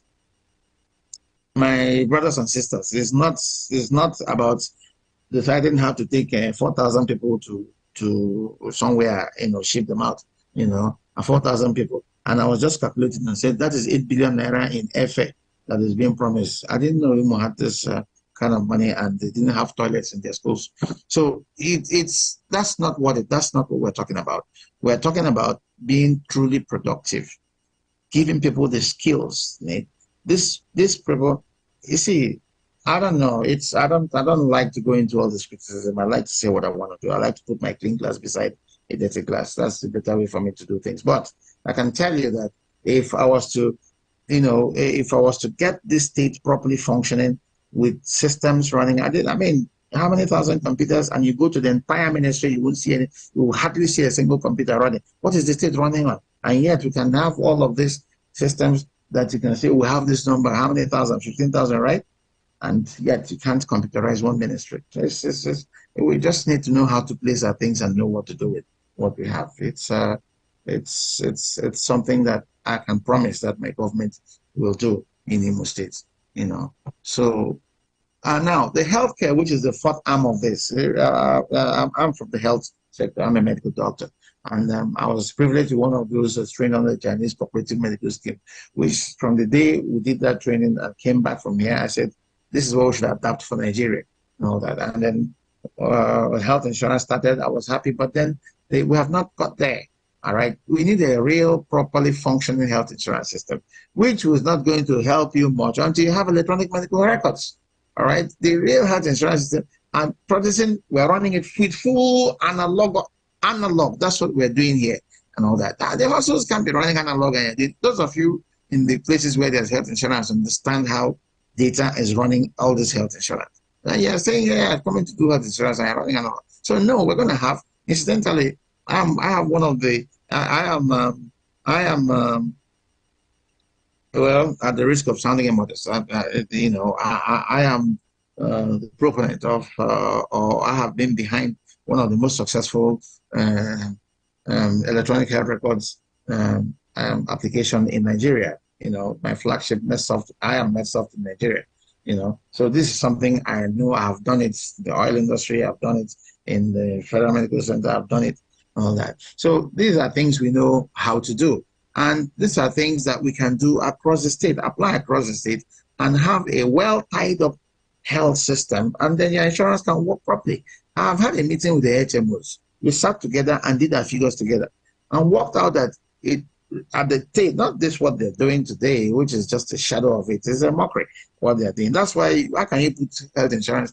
You can't even see an upgraded health facility, not one upgraded. Yes, no, because you can't sustain it until you have a proper health insurance. What sustains a proper health is a health insurance. Because if I have, my target is in 4 years is to have 1 million more people covered under the health insurance. 1 million more people at the premium of today's rate of 2,000 naira a month. That's 24,000 a year. All right, that will put 2.4 billion every month into my health system. If I have that 2 million. Now, there's no way I can put 2.4 billion into my health system in Imo State. I will not have the best hospitals in this country. That I will not have a reverse health tourism. There's no way that's going to happen. And government is a provocateur in this matter. What do? You start with the low of the low, the poorest of the poor. Every local government, between 5,000 people to 10,000, or even 20, depending on the health of the local government, are the people that government will pay their health insurance. And of course, we encourage all of us who have better means. Instead of all this, they send they send you still can send, it's still 50, it's still 100, it's still 200 or more sometimes. Why don't you just do that coverage for them? It's 24,000 each person. So we encourage you that this is what you give to them. All right. In fact, when IMO did this palliative, and I said 5 billion was coming. They said they are buying rice, they're sharing rice. I said, well, unfortunately, that's what I saw in so many states too. I'm just imagining putting that money and paying for health insurance for my citizens, which means they can have full coverage, antenatal coverage, everything, and paying for a good number of my citizens to kickstart and drive an effective health insurance. I'm just imagining that would be by far a better palliative in any way than the kind of things we hear they are doing. And it's an election time, and they say they're sharing rights. So everyone, now they're sharing it. You don't know the one that's for election and the one that is not. But of course, when the federal government did it, as far as I'm concerned, those that had elections, it was fraudulently done, because anybody who has an election and giving rights to share, you have simply told him, take this rights and go and do your campaign for your election. You know, rather than pull our people out of the doldrums, out of poverty, out of all of those things, we are simply emphasizing their poverty for them and making sure that they stay, keeping them poor and keeping them mentally low, where they sit and expect 1 cup of rice and it becomes everything for them, you know. So that's not what Kachimoga would do. That's not what HAZIE IMO government would do. That's not what ATP government will do. We will have real health insurance because of the funding that will come from the health insurance and the premium, because the kind of money that well, we can do a whole lot of system upgrades, and of course our training and all that to come. And let me tell you, if you have 1 million people, that's 1 million people attending hospital in that place. You're going to need even more hospital workers. You're going to need more hands. So increase your training, produce more, all that. So all of those things, that's why we talk of concatenation. So all these things all work together. And these things I'm saying here, you can see how I'm reducing them to simple basic figures. They are not, I'm not going to pick up things that are far-fetched and all that. I'm talking about based on where we are, things that we can do within 12 months. This is what I'm facing now. I'm not, the IMO development plan, the 10-year roading plan, all of those things will definitely happen, because planning is at the root of what, in fact, at the basis of the things that we're going to do is going to be on reorientation, on planning, on use of laws and institutions, all right? And then providing the necessary checks and balances. These 4 things apply to any program will work well. If you plan well, and you orient your people and train them properly so they can fit into that plan, all that. And then you provide laws to back it. So it's not because Kachimwaga is governor, he likes a blue collar, so everything now goes blue. No, it's institutionalized. There are mechanisms, ways and systems of how you arrive at things. That's institutionalization, and pass laws that will make it. So the day Kachimwaga feels too happy as governor, he now decides that everything will go to one particular place or the other. No, it doesn't work because a law has been passed to guide how those things work. All right. And then you put the checks and balances, which is what calls everybody to order. If we put those 4 things against any program that we do, whether it's in youth and sport, whether it's in the justice system, whether it's in the freedom of speech, whether it's in urban infrastructure, whether in the ease of doing business, if you apply it in any of these places, you will see the results. So if we have more money coming by doing what we should do, by raising the IGR, and 2, by becoming more productive, especially the productivity that leads to export. All right. If we do that and we have money and we now develop infrastructure, of course, institution based again, like I said, building institutions around it, do a proper planning, reorient our people, and provide and then get our people to become productive and engaged. All right, and earning. The state is prosperous, the people are prosperous. Then it surely means you can have a functional state, a modern state where things work, where you specify grass is where grass should be, pavement is where pavement is supposed to be, water is where water is supposed to be. Things go where they're supposed to go. You build according to development plan, according to development control, and things like that. Time. Yeah. So, yes. Yes. I think you should allow Dr. Mwaga extra 5 minutes to round up, and after he rounds up, we should give opportunity to some of our brothers and sisters who are listening. If they have any questions, if they have any clarifications, then we can throw it back to Dr. Mwaga. So Dr. Mwaga, 5 minutes, round up, and then we continue. Okay. Thank you. So basically, I've given you. I've tried to give the foundations, all right, the basics, the rudiments of things, because we have also well-developed and thought-out ideas on all of these things that are, you can see I'm scrolling through here. They are all, none of these things is far, all of these things will tell you how it will be done. If it's funded, will tell you what it will be, how it will be funded, and, and the result that we expect out of it, So this is, it's all detailed. Obviously, can't give you all of this inside a small period of time. And we're going to make electronic copies available as well. And we want to interact because this is IMO people's plan. We want our people to interact with it. All right. And we know that all of this will definitely change the state, transform the state, make the economy good. And we haven't talked of our natural resources. The IMO has the second largest gas deposit, yet you don't have power. You have a power plant in Ibema that the waste energy from that power plant can serve not less than 4 local governments, including Owerri itself here. All of those things are there. Nobody has talked about all of those. We hear stories all the time, all that. So it's time to focus IMO, because the truth is that nobody can give what you don't have. I have spent the last decade or so of my life supporting different state governments, supporting some federal agencies, supporting even the World Bank, all that, to get those things. So these are not things that we're talking about just for the sake of talking about them. These are things that we can do today. And I will say this all the time. I wish I can find any candidate who can buy into any of these things, any governor who can say I'm buying this. Kachimwaga is my whole mission in life is not to be anybody's governor, to be honest with you. If a government can be responsible enough and said, we are going to buy into all of this, I will even be happier to sit back and support that government to achieve all of these things, you know, and not take all this trouble. But it's grim when I look around. I see where the priorities are. They're all in the wrong places. And I see even when people want to be governor, I see people are talking different things that are not focused on what is on ground, you know, and how to convert those things directly to, you know, to results that people can benefit from. So, my dear people of Imo, it's not, none of these things is a distant dream. I have put forward here tangible goals, and believe me, even what you have all here is a super summary. There are, all of this is have further details down to the smallest pins, all right? Because these are things, we didn't start doing these things because we want to be governor. We have tried to be involved. We have tried to sell all of these things. I have tried to develop education system, even as a PTA chairman. I've tried to work on the health insurance system. After that, all of these things, I started working on all of these things long before anybody thought of being a governor.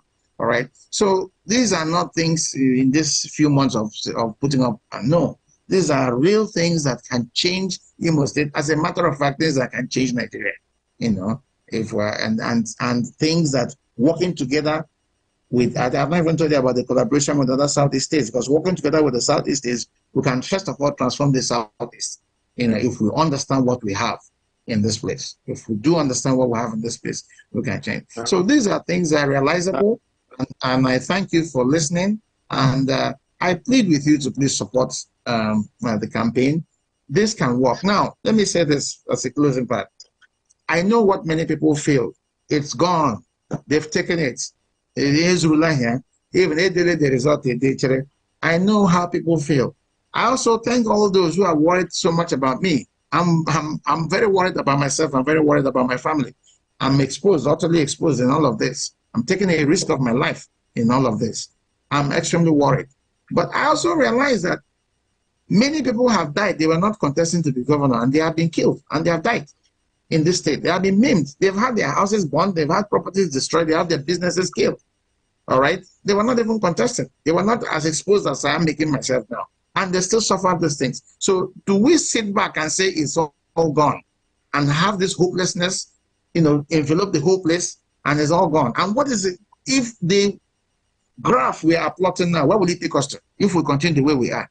You and I will all run away from here. We don't have any hope at the end of the day. So we don't really have too much options, but to make an attempt.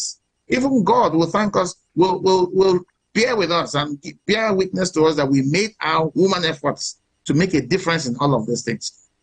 All of us here are privileged. I dare say all of us on this Zoom are privileged. And I think that all of us who are privileged, that privilege God gave you, think of what you can do in Imo State with it. I am thinking of what I can do in Imo State. That's why I'm here. Thank you very much. Thank you, Dr. Walker. You can feel the passion, you can feel the commitment, and also Nibainasi Soronya Muzo has been able to eloquently connect the dots from point A to point B.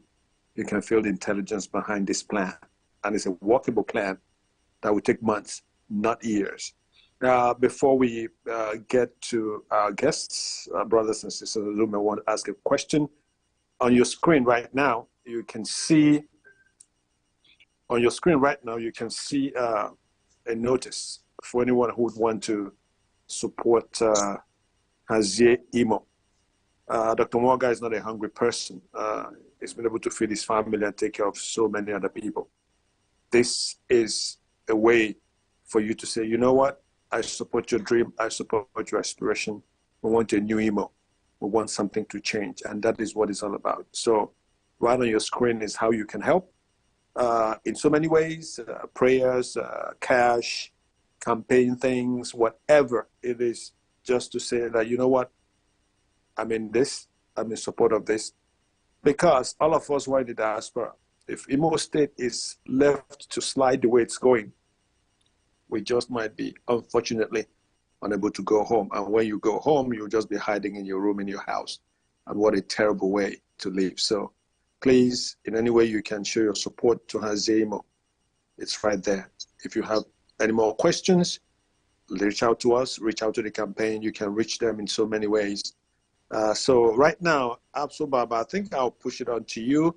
Dr. Wonga has done his part eloquently. I don't know if there are our guests, our brothers and sisters, who have any questions, who have any clarifications.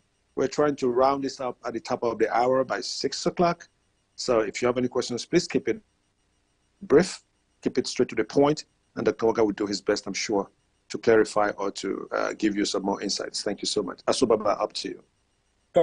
Thank you so much, Honorable Chinadwo, for former Commissioner for Information, Imo State, former SSA to Imo State Governor, former member, Imo State House of Assembly, representing the good people of Onimo, Voice of America, Maestro, international journalist, very excellent. It's my pleasure. Ladies and gentlemen, we'll take 2 minutes on our studio room to give you projects of anticipating the HAZIE IMO government. When we return, we shall start taking your messages and, of course, give you an opportunity to ask questions. In just 2 minutes, and we will be back. Please stay with us.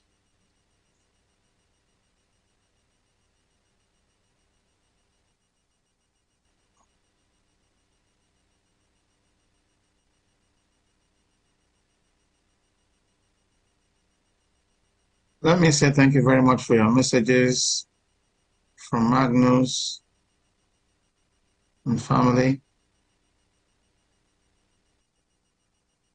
Thank you, Honorable Chuka. Thank you. Oh, Dr. Kogwe, you couldn't hear the conversation. Okay. Okay. Yeah, you're on now. Okay.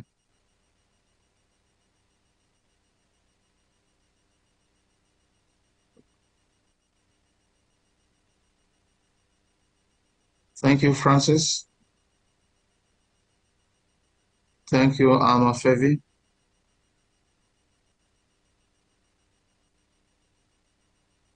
Thank you, Chinwe. Thank you, George Anasanya. Thank you, Victor Ozadema.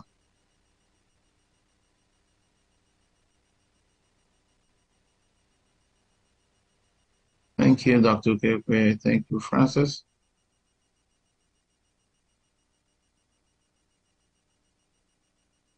So, Ikechukwu, you can now roll for 2 minutes, and then we come back to take questions and answers. Please, Ikechukwu.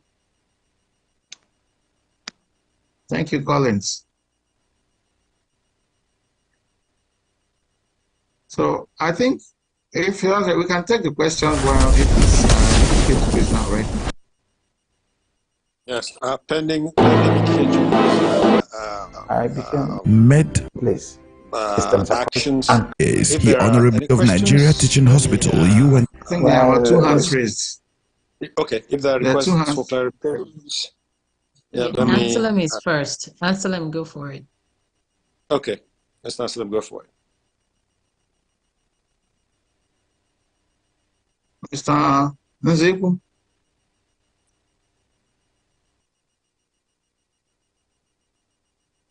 I don't think physics, chemistry, biology, and all that. Okay, I was already good. I was already a Emmanuel. science person, and I'm grateful for that. Upon his graduation from medical school, he underwent his internship as a house officer with the University of Nigeria Teaching Hospital, UNTH, Enugu in 1991, and then performed his NYSC from 1992 to 1993 at the General Hospital, Owerri, now Federal University Teaching Hospital. The next year, he became a senior African research physician to David Medical Foundation, Milwaukee, Wisconsin, USA.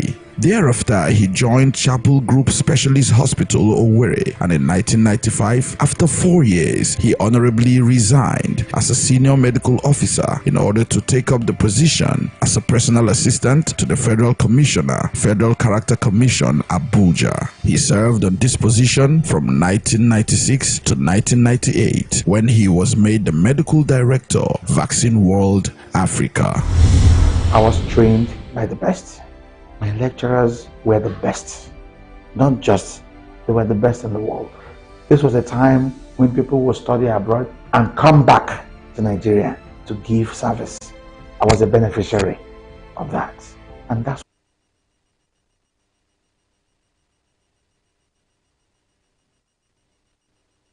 Thank you, Sana. I think Emmanuel can answer this question. Yeah. Please, whoever has the time to go. Thank you. All right, thank you very much. Can everybody hear me? Yes, please. But engineer, Dede, I want you. How are you, Kachi? I am tearing up a little bit. I don't know we have this abundance of cerebrality all packed up in you. I thought it was all good food and all that. But I want to make more of an appeal to people from Imo State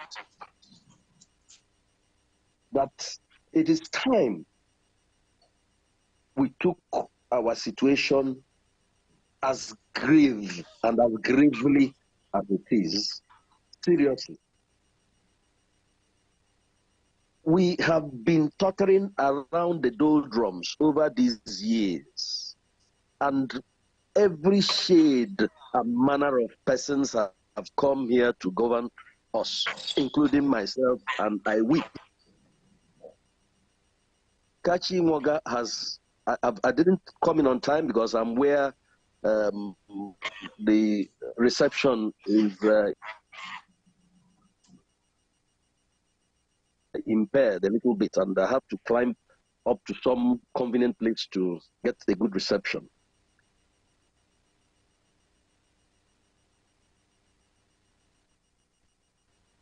What do we do is the crowd in Imo State to govern Imo State. Somebody said it, Kachimoga is not hungry. Kachimoga is hungry for service. He hungers to serve the people of Imo State innovatively. It is our responsibility, therefore, to rally around him, do whatever things we need to do, propagate his message, enlighten people. How many people are on Zoom? I counted. We haven't even reached 100. How do we pass this message? People should commit themselves to. People should commit themselves to this idea that Kachimoga represents. People should commit themselves to salvation in the state. And people should be as passionate as the word passionate can allow. We can't continue the way we have been going. Yes, he is exposed. When they find out that to offer and that he can appeal to heads, not to pockets, not to the stomach, they will go after him. Why would we continue this way? I was in the University of Nigeria and Soka in the 70s, and we had Ndiha Nandefa, Ndiha Undimo, or Abia, all those places, Ndifa Undi Onitsha and all that. They went ahead of us. But somewhere along the line, when we started playing catch-up, we exceeded them in numbers. And why would Anambra come out of it and we in Imo are in perpetual servitude? Can't we all come out? Can't we all come out and say no, no more? Let us have a certain quality of people at the helm of our affairs in governance. Please, I don't know what I'm so touched. I'm so touched. Kachi, you are it. Well, you're the man. Imo have been very unfortunate. See, Anambra, they love you. I said yes. As a matter of fact, who is speaking? Can you tell us who it is? There's a second voice. I'm not a very young person, you know.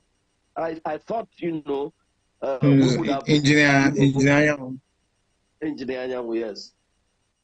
Engineer Ima Anyanwu. I thought we would have blazed the trail, but I think I see people who are better than me, and the best I can do is to support them. And I'm calling on each and every one of us to propagate this message. catching Woga is a message, a nascent message. Look at how he has reduced things that appear impossible to very, very simple schemes, achievable schemes. And I don't know. We must all sit together. We must come together and find a way to drive this message home.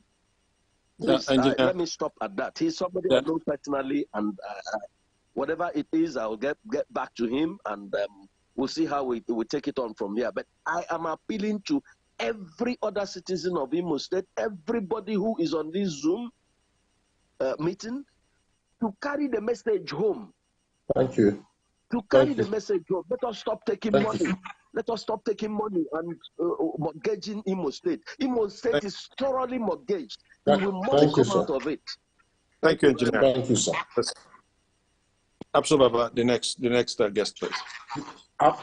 Abata, please, you can come in. Unmute yourself. Abata, please unmute yourself. Yeah, I've done that. Okay. Go ahead. Yeah. Okay. Thank you very much, Dr. Kachi. I've listened to your manifestos, and these are things I know you are capable of doing. But yes, everyone on this platform is an elite. And for us to have this opportunity to listen to you, I think it means that we are different. We understand the issues and we can address the issue. But the truth is this: the voters, the electorate, many of them are illiterate.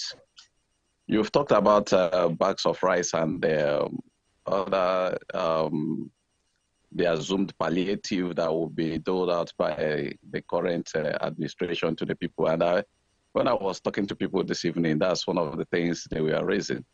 Now, how do we make this information? How do we pass this information across? How do you want to reach out to those people who has those cards?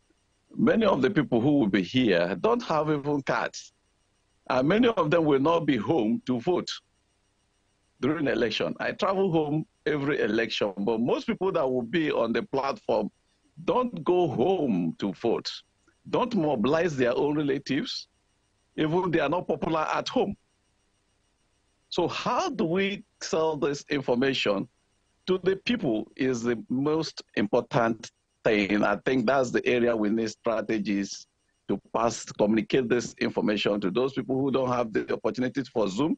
They don't have opportunity for WhatsApp and the rest of them. So I think that is the area we may need to improve. Everybody is testing for a new government in Imo State. Everybody wants a change, but the change can only come when people have adequate information to work with. Over. Thank you. Thank you. Okay, Doc, take notes, please. And then we move to the next person now is your name, TechnoSpark 5 Pro, your name, please.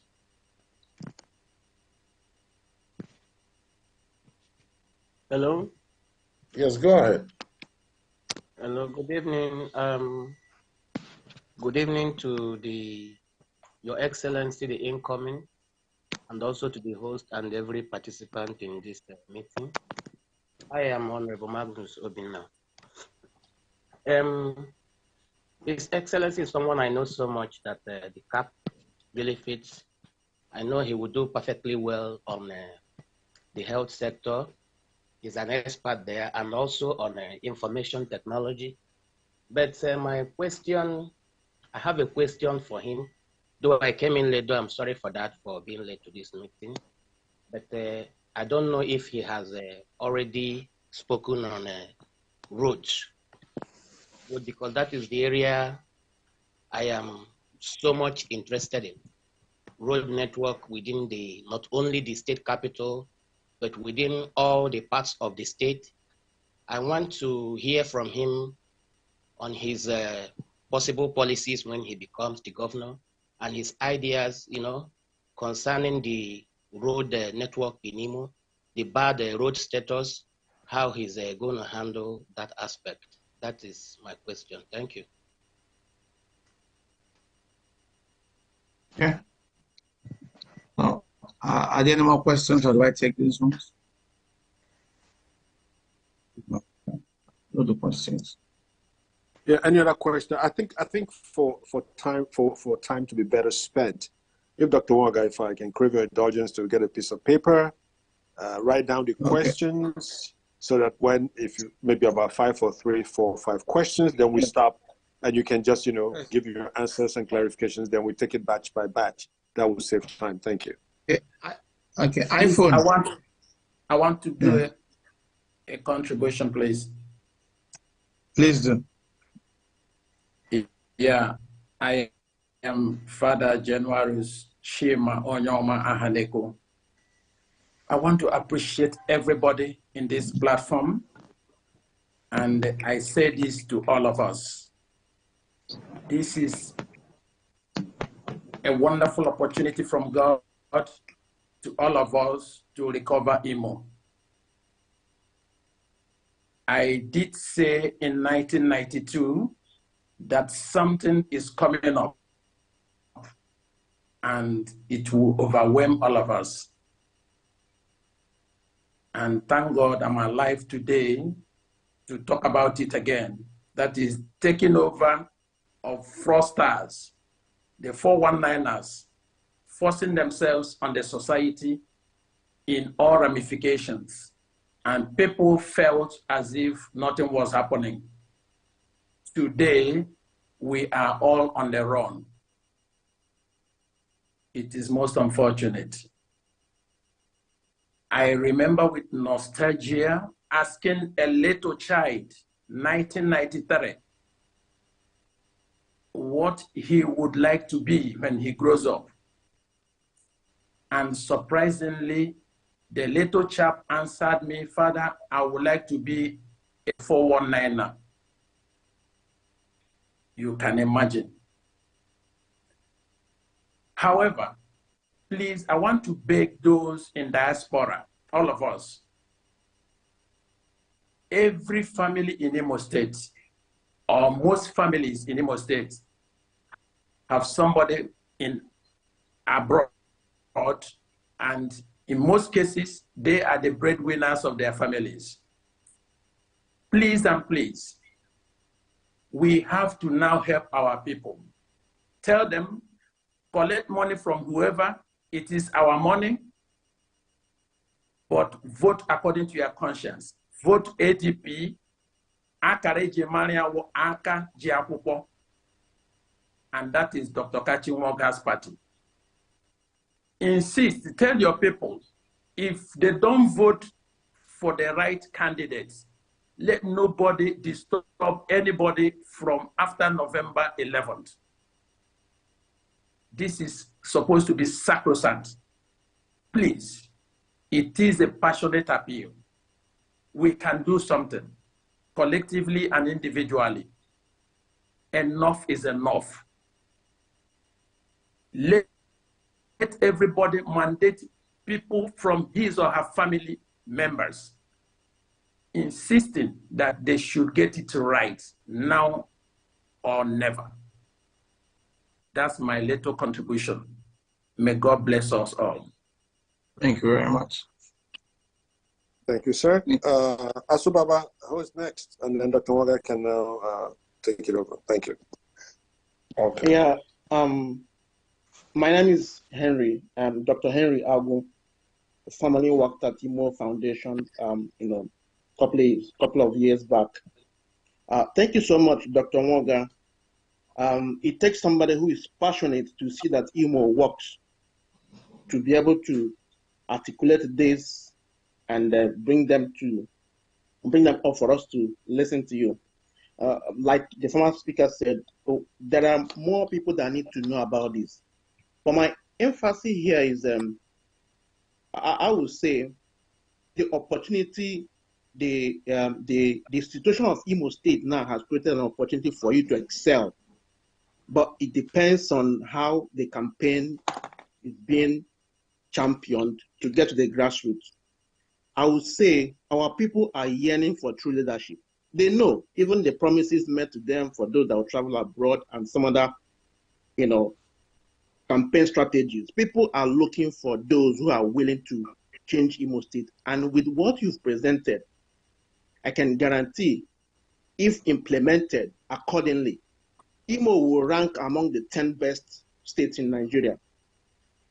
My challenge now is how can we incorporate voter suppression during voting period?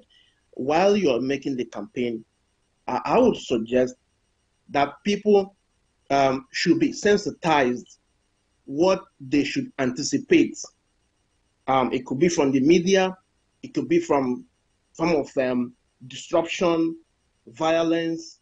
How can you, get certain information that will help them to remain focused, even,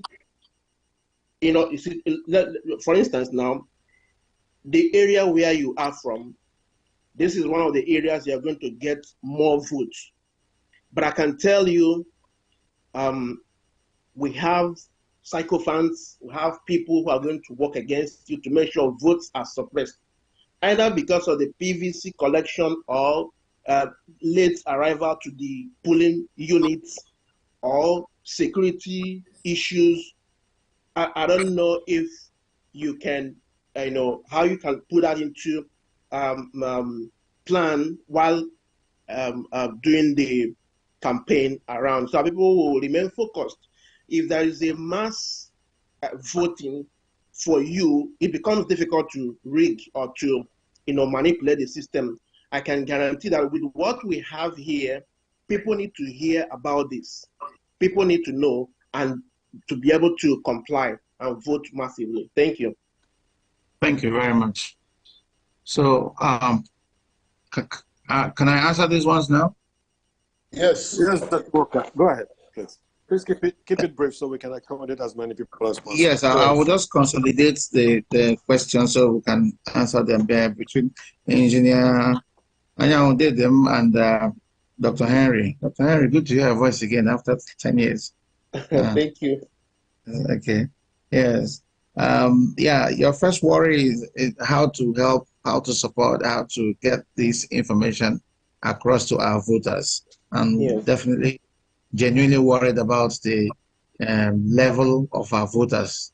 I will say, well, there are two parts of this. One is the part we'll do. The other part is the part God will do. The part we'll do is to actively support the campaign. All of us come from somewhere. We have areas of influence. That's where we're elites here.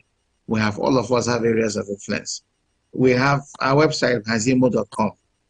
Get in there, register, ask people to register. Many of the things we say here are on that site, and then support that site, because elections are very, very rigorous, very expensive, and then we need, it takes a lot to pass a message down. Unfortunately, the whole society has so become mercantile that it's even for a pressman to report the most interesting news, you still want someone to pay him for it and all that. Just today, well, with all due respect, okay, let me not mention the name of the network. Somebody from a network was calling me and said, I want you on my program. And I said, that's fine. He said, I want you, you really must come to this program. And I said, fine. He said, but I need you to pay this money, this amount of money. He mentioned the amount of money. I said, I thought you're the one asking me to come on the program. He said, I really desperately need you on this program, but then you have to pay the money. So that's where we are. You pay for everything here, and people feel it's normal that it happens. So it will take time to change. We have to keep preaching, but it's important that we support to get this message, to push the message out. A lot of support from you, financial in particular, will help. A lot of contacts from you will help. If you contact people and they contact other people, they will get this message at the end of the day. This is the same state of that handled Otokoto. This is the same state that removed an incumbent. This is the same state that refused that someone should perpetuate himself in power. This state can refuse at some point. It's just that it has, somebody said all that time blood was not involved. Now they've really, really cowed people by spilling blood. That is the unfortunate part of it. But I'll just tell people to worry about the blood that will be more if we do not do something. So I think we can keep pushing and passing the message and leave God to do the rest. So that's for the campaign. Every support counts, and it will really, really count and help. We need hands. We need people who can volunteer to serve in the campaign. What we have in Imo State is when people tell you, I want you to do this, I'm coming and all that. They're expecting transport money. They're expecting all kinds of things. That's what I've been battling with. I've been trying to tell people, listen, I'm making a sacrifice here, and I want you to make your own so that our state can be better. Let's worry about this people who can't even, are not in a position to even come here to demand for this money. Their situation is so hopeless, they can't even come out. Let's worry about them, Now, the other question came about roads. I've made a brief of the infrastructure plan and all that. The reality is, again, our infrastructure gap is so high. It's so high, it requires something radical to bridge it. And if you don't bridge it, it's like a conundrum. It will keep going. It will remain a village. Because you remain a village, your economy will remain poor and down and all that. So we need to radically increase our infrastructure gap. And I've told you we're going to apply tax swaps. That's one. We're going to do ask for CSR for companies working here. We're going to use dedicated payment systems, which means we said for every month, this is how much fund we're going to pay into this company. There's also an infrastructure fund we explore. We're going to toll the critical roads that need to be tolled. We're going to apply, I told somebody that instead of all this mushroom of 1 kilometer, people can get from NDDC by their connections and all that. Since we have learned how to do it, as a state government, we can facilitate it. How do we do? See, there are roads that change the face of the state. There's a road going from Ukwoji. I was listening the other day with somebody, I can't remember who I was speaking with, from Ukwoji through Ifakala, through Morubi, through Ata, Inishi, crossing over to Amimo, crossing over to Obohia, to Aforu, to Afogwe. From Ukwoji to that place, 43 kilometers. If you do that road, you have cut the street, it's like one half cut it. And all you do is get on that road and you can shorten your journey from one end. In fact, if you're coming from Lagos and you're going to a place like that, where you can see how you've entered your journey just in 43 kilometers in 20 minutes or 25 minutes from Ukwoji, you'll be in your house. But today, you're going to do that journey for 2.5 hours because you're going to pass through Owerri, come back, go through that, come back into Owerri, all that. So that's that. From Umuaka through, from Umuaka, you can cut across straight through Amozare through Amaraku, and then that one shoot you straight to through Obolo, and you can either go straight to Umelemai or you branch off again and take off again and end up, Umeze and all that. These are critical roads. In Zarem, in Mbano, that place you don't have the roads. There are roads that are connected from there directly to the Umaya or Okigu Umaya Express. Open up that one there. So then from Onimo, in fact, I call it Arondizog to Arondizog. The Arondizog or Kigwe through Onimo to Arondizog in Idato. All right. So there are these roads, if you understand the geography of Imo State, these roads change the face of Imo State if you do this kind of roads. Just like the one that goes from not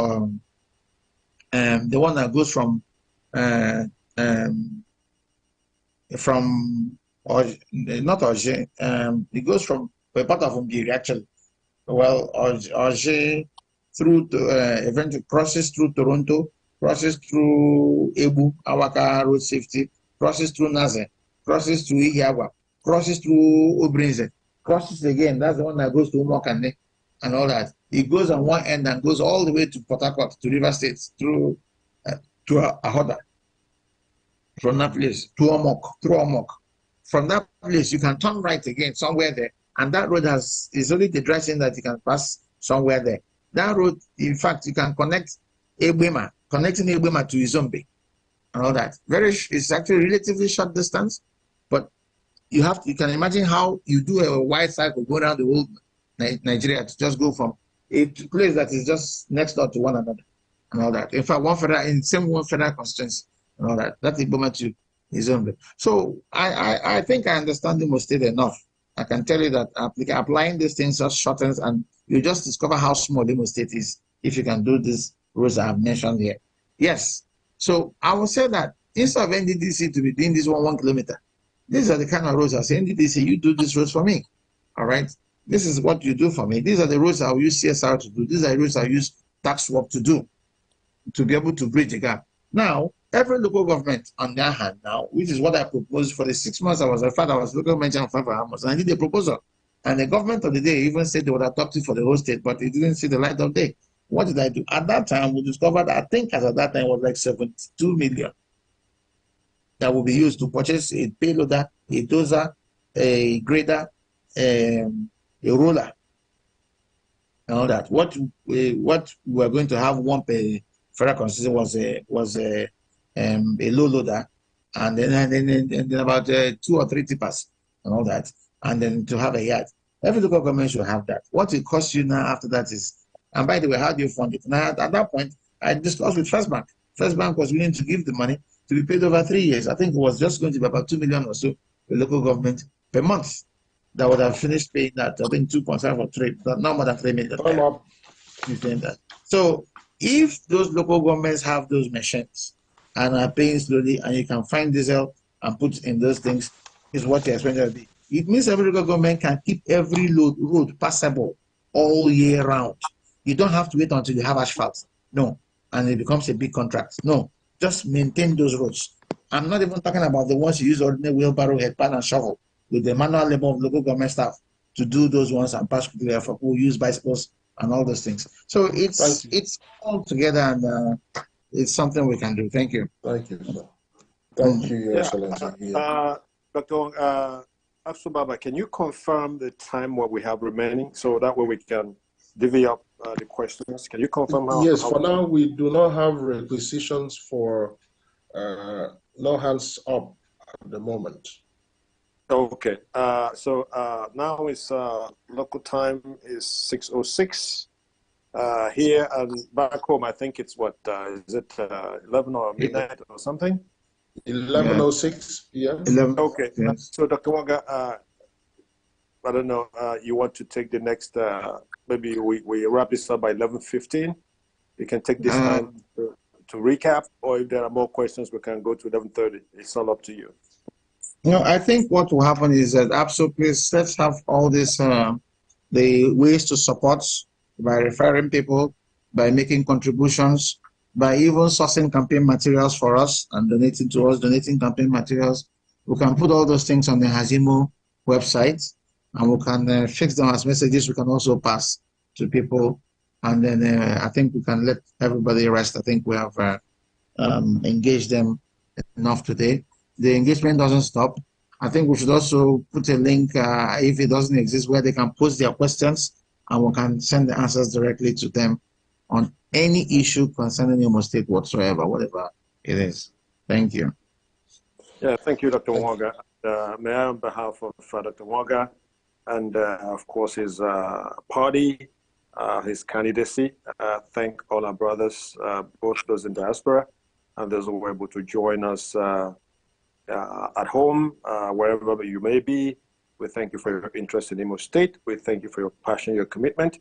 We ask you to do more, whatever you can do, by physically supporting or by making a phone call to those at home to point out to them to say, you know what, the man who gives you 1,000 or 10,000 naira today, and then you starve for 4 years, or maybe you can't even buy a bag of rice with the 10,000 they're going to give you, doesn't make sense.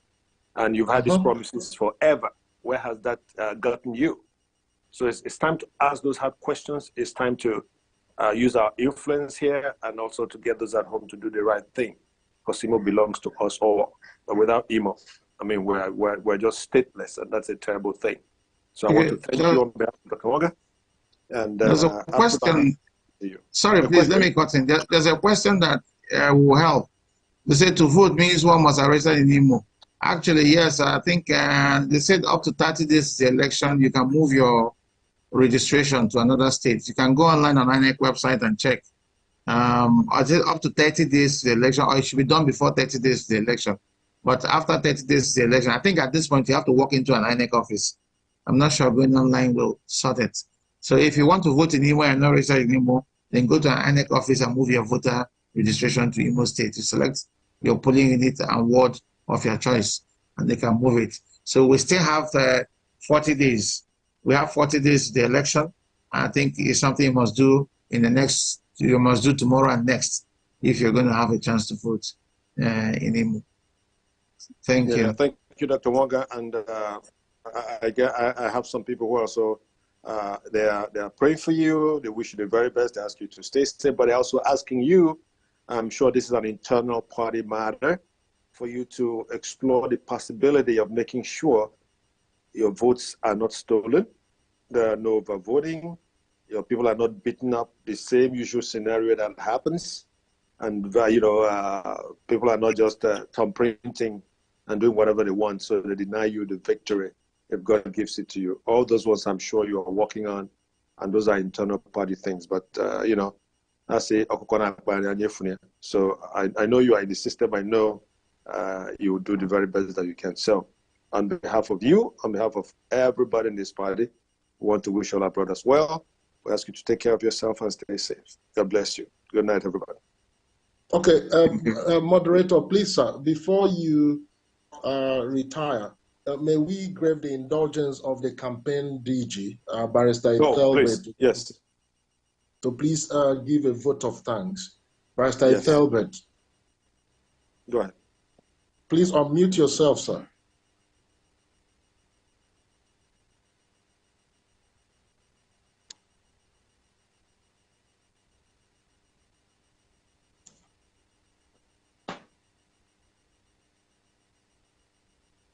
You're unmuted. Please go ahead, Barrister.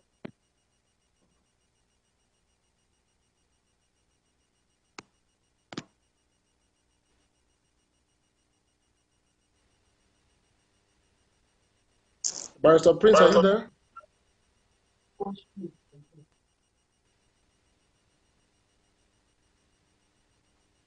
Is he trying? Is he having difficulty? Yes, I have been wrongly unmuted. Please cross-check. While he is being unmuted, how do we ensure that whatever votes we cast, the votes are uploaded? Okay.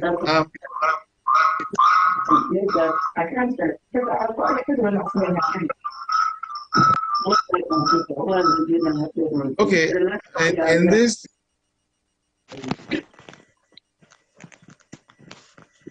Hello? Hello?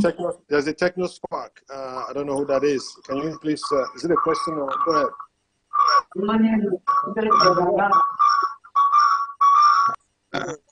I think we'll mute the techno spark.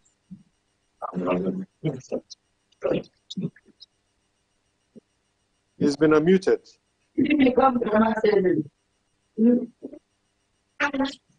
I don't think the audio is meant for here. Okay, I think it's a mistake. Dr. Walker, do we have the Reverend Father to say the final prayers before we close for the day? If not, you can point anyone. Father, please close for us with a prayer. Okay. Okay. Can you hear me now? Very well. Loud and clear, Father. Go ahead. Please, I crave your indulgence to pray in Igbo. N'aha Nna na Nwa na Mmụọ Nsọ. Amen. Chineke onye ji ike niile, onye ihe niile nọ n'aka ya, onye ikikere ọchịchị na-esi n'aka ya bịara anyị. Na-ekele gị maka ọgbakọ nke anyị nwere na mgbede a.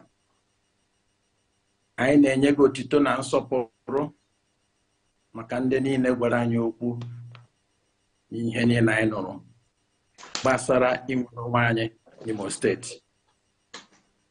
Na mbụ anyị na-arịọ ezi nchekwa n'ebe nwa odibo gị Dr. Kachi Steve Nwoga nọ, ka ọ na-agba mbọ ịgara ndị Imo steeti ozi ka ichekwawa ya ka n'ahụ ka na mkpụrụ obi, chekwawa ezinụlọ ya, ikwu na ibe ya niile. Ekwekwele ka ndị onye akpa n'azụ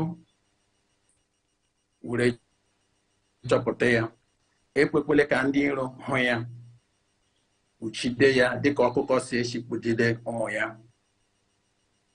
Mee ka ọ gaa n'ihu n'ịchụ nta vootu ịbịa wụrụ onye isi anyị, onye ndu anyị n'Imo steeti.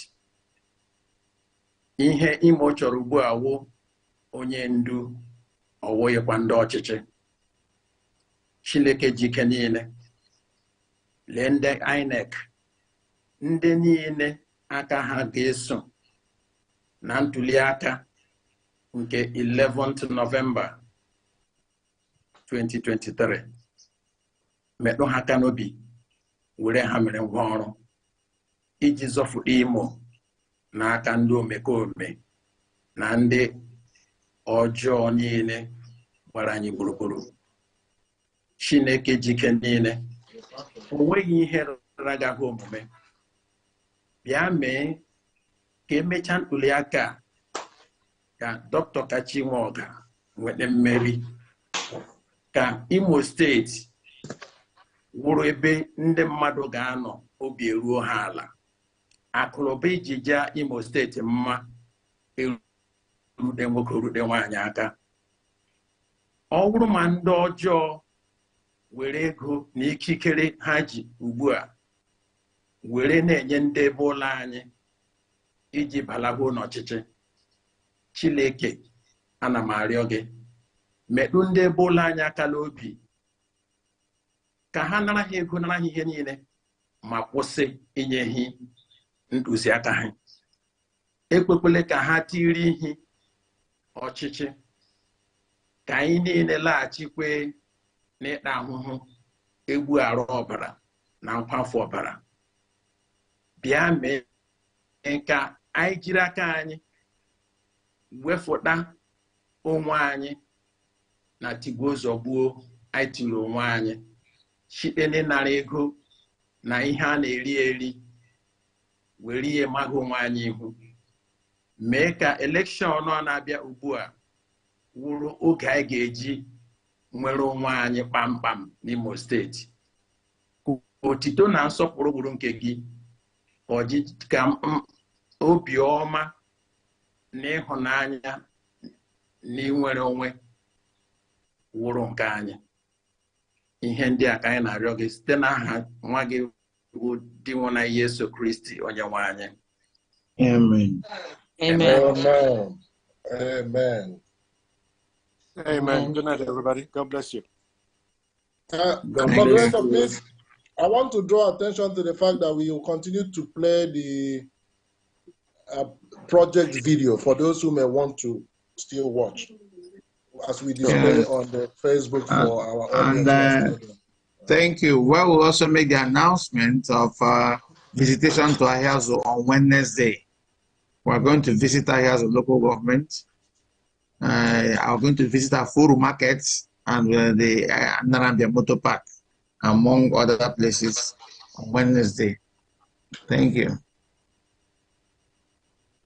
Thank you, Dr. Waka. Good night, everyone. Good night, and thank you so much.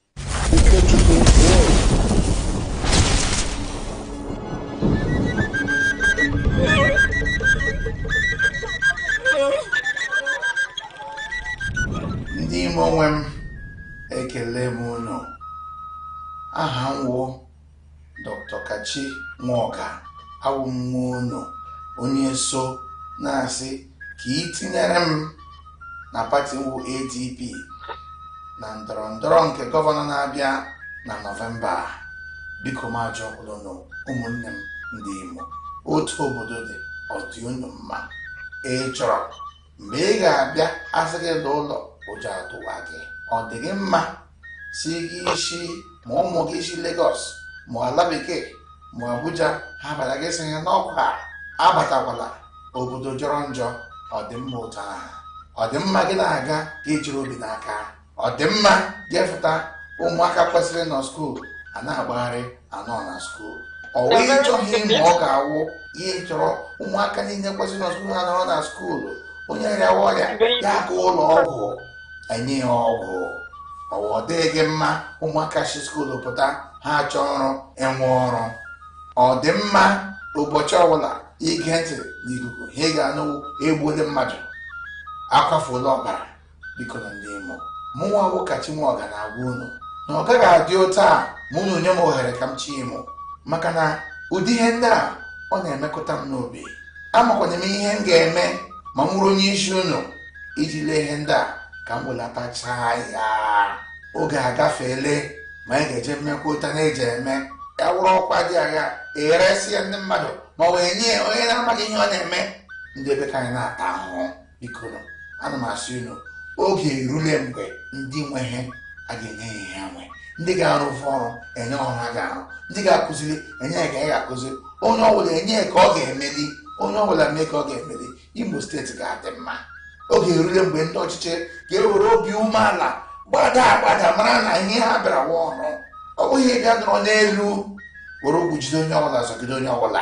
Oge erule mgbe ya wụrụ lokal gọọmenti eme elekshọn ziri ezi, onye ọbụla ahụ ya anya, ewerekwana ego obodo tinye ya n'obodo, obodo ahụ ya anya. Oge agafele mgbe ha ga-ejizi ego Imo steeti na-eme wee na-efe n'elu na-agagharị ụwa niile. Ihe ndị elotu ochie bara Imo steeti. Biko ndị Imo, ka m ji unu chọrọ Imo steeti ebe ala jụrụ oyi? Unu chọrọ Imo steeti ahụ unu ma wee ebe onye chọrọ obiọma ya bịawa Imo steeti bịa nọrọ bịa nwee obiọma? Unu chọrọ Imo steeti wo onye nwe ihe dị mkpa ọ chọrọ edozi ya gaa na vileji ya na ebe kie na ebe a mụrụ ya jebe ya edowe ya ọbụla edowere ebe ahụ ya wụrụ na ya adị mma ọ na ji onwe ya ga-eme ya. Biko ndị Imo, anyị chọrọ ka ihe gbanwee. Anyị chọrọ ka a kwụsị na-emebi ihe ndị Imo, ma akụnụba ha ma ọbara ha ma ndụ ha. Anyị chọkwara ka ndị ghọtara obodo, ka ndị hụrụ ụzọ chịa Imo. Biko tinye ya n'ekpere, maka anyị chọrọ ka Chineke zaa anyị ekpere, ka Chineke jikere gị were aka ya hazie Imo steeti. Ya wụrụ ma ndị Imo anyị ga-ekwe pụta n'igwe tụọra m Kachi Nwaọga na Action Democratic Party ebe jụrụ oyi, pati na-enweghịkwana nsogbu, na-anaghị mgbaghasa, na-anọghị na kọt, na-anọghị n'ịkwafe ọbara, na-anọghị n'imebi ihe ọbụla. Otu ahụ ka anyị ga-eji ya nọrọ n'Imo were ya rụọ ọrụ ka Imo dịkwa mma ọzọ, ka obodo nwere ya ka nhụ bee. Biko na Chineke na nyere anyị aka. Amen.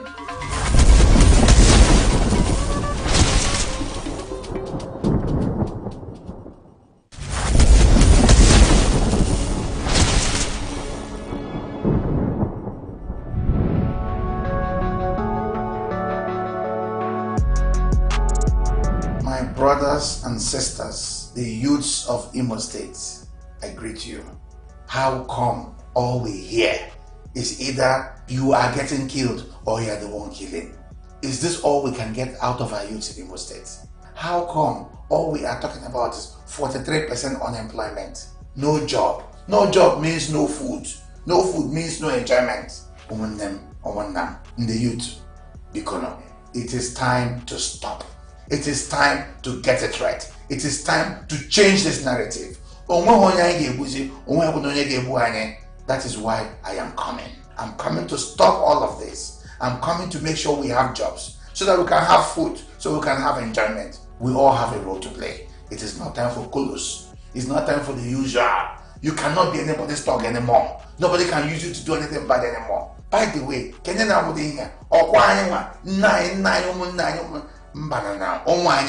no, I want all of us back on the same side. We're on the same side of suffering. We're on the same side of needing a better Imo State. We are together going to get this right. Please work with me, Kachi Nwaọga. Work with Action Democratic Party. Work with the party with the book as a logo, because we value education. All party in the Agomapo. I got work or grow in issue. I want to go. I want to go. I be one to type person. We are normal people, and it is time to get back to normalcy. The youths, you are the key to this. It is time. Come on board with me. ADP, one destiny. One destiny, action forward.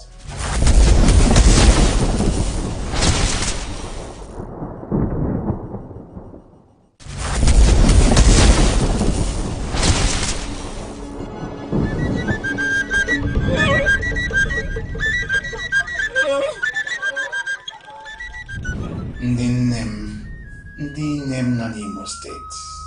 Ekelele m unu. Okwu unu bụ ihe m na-eche echiche mgbe niile. Akwa unu na-ebe ọ na-emetụ m n'obi. Ncheta ihe m na-agabiga, obi na-agbarụ m. Ụmụ ịtara ahụhụ zụọ ire ego ga-ezụga ya hụ m egbu egbu, ya hụ m emerụ ahụ, ha fụta ha gbara aka. Mgbe oge ruru ụmụaka ezoghị gị nọkwa n'azụ ụmụaka maka ha enweghị ọrụ. Oge erule mgbe ihe ndị a ga-emegharị ya. Ugbu a ọ bụ ihe kpọpụtara m n'ebe m nọ.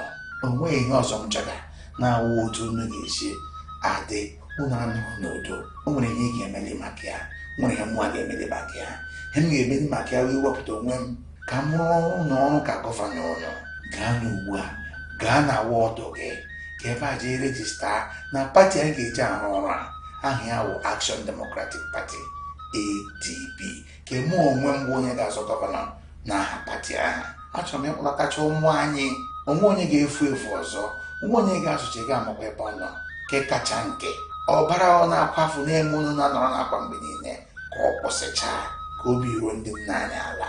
Biko gaa jee rejista na Action Democratic Party. Irejista ebe ahụ, mụ na gị ga-eso ọrụ a. Nọvemba 11 unu afụta bịa banye aka na ADP maka na anyị chọrọ ka a hazie Imo, ka Chineke zaa ndị nne Imo steeti ekpere.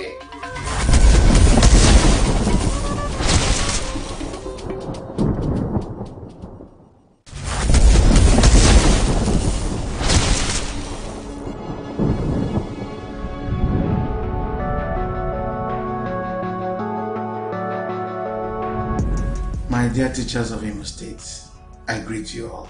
I know your pains. I know your contributions to the society. And I know what Imo State will look like if we can get the best out of you. I also know that sometimes it appears that Julie was working and nobody's recognizing the effort you're making. I am with you on this journey, but I want to take the journey one step higher. I want our teachers to get to the promised land. I have plans for education that will make our teachers happy, that will make you able to deliver the best of education to our children. Because if we do that, Imo will be on a different level. Can you just imagine what it will look like if all the children who should be in schools are in schools all the time? Can you just imagine what it will look like if you get the things due to you for what you produce out of our children? Can you imagine what it will look like if we recognize what you are doing today, even when you have spent your life doing it and you retire, and we still recognize you for what you did when you were active, which is not happening today? My dear teachers, together we can do all of this, and I want to do it as your governor. Get your kids and kin to vote for the Action Democratic Party, ADP, in the November 11 governorship election in Imo State, and we shall begin the journey to the restoration of education, to the restoration of dignity in teaching, for the recognition of the teacher. I am HAZIE Imo State. Tinye n'aka ka Chineke zaa anyị ekpere.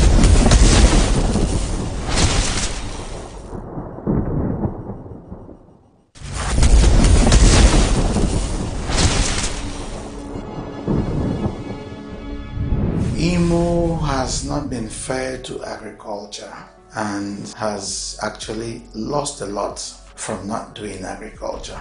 As at the last count, there were over 2 million menopause palm trees around Imo State.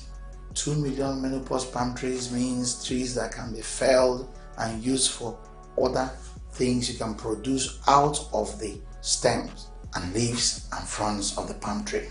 Why am I talking about palm?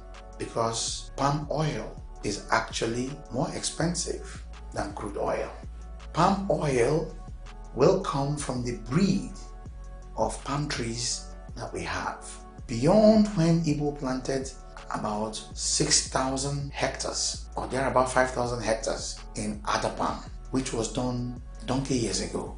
Beyond that, Imo has not had a program to plant even the balanced 5,000 in the land acquired for Adapam, not to talk of the lands in other areas like Ngobala and others that were acquired for palm. Fortunately today, we have fast yielding palms, the modified tenere that we have now, that can yield even in 18 months Because when you are talking about quick development, agriculture is what can give you that quick development. But guess what? We're not even going to sit and start thinking of how to export all palm oil. That again is a waste. We will add value to the palm oil by refining. And many people do not know that an Imo son is one of the people in Nigeria that builds the best palm oil refineries that this country can have. He's here. I don't know what Imo has done with him, but we are engaging him and people like him. Why? Because he's going to set up an institute around him and what he does. Not only him, that we can build the refineries and have people maintain them and run them as a permanent basis so that Imo can begin to have lots and lots of export dollars from refined palm oil and other aggregates and products that can come from palm oil. Governments have tried to pay lip service to this. I also understand what the problem is, and that's why people have been dodging, because people simply want to go and harvest palm trees and go. No, there are social issues to deal with. These palm trees are located in areas that belong to certain people. Some of those people are very poor and have suffered neglect, and of course they will fight with you. So what do? You know, there are models that have worked in this country. There are smallholder units, models that have worked, that give the people a sense of ownership, where they are getting something from the products coming out from the same land that they own. At that point, they become stakeholders as well. So it's not about the government going in and taking and going and say, I will give you something. We agree on what is yours, what is ours, and we go into the business together. And I can assure you that if we do that, we can make Imo the biggest palm producer in the entire Nigeria.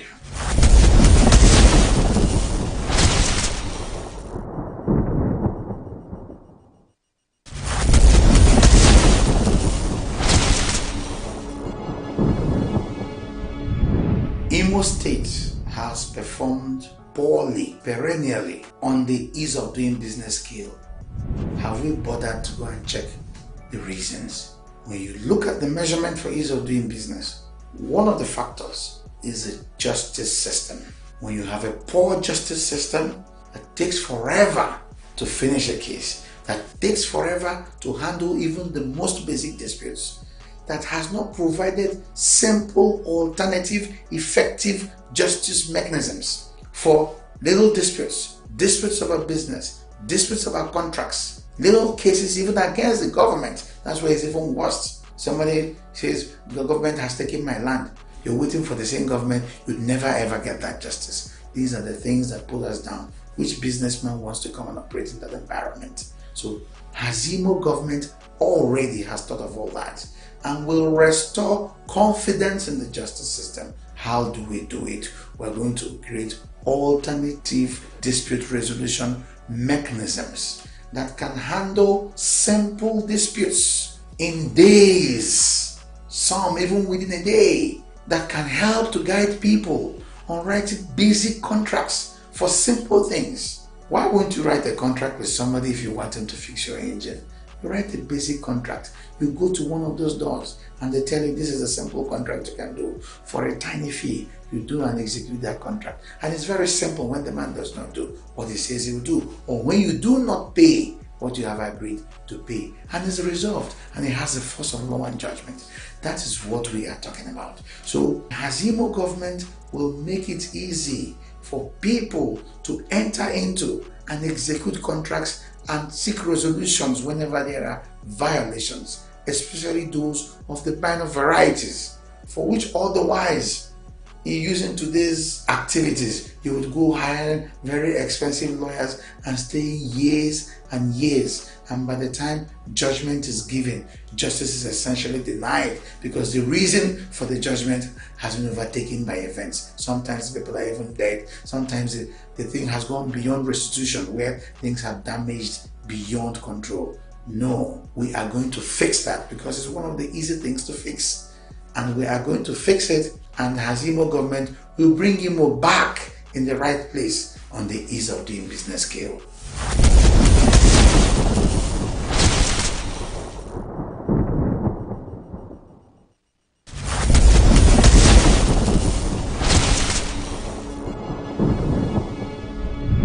I have always told those who care to know that IMO economy is operating at no more than 30-35% of its capacity.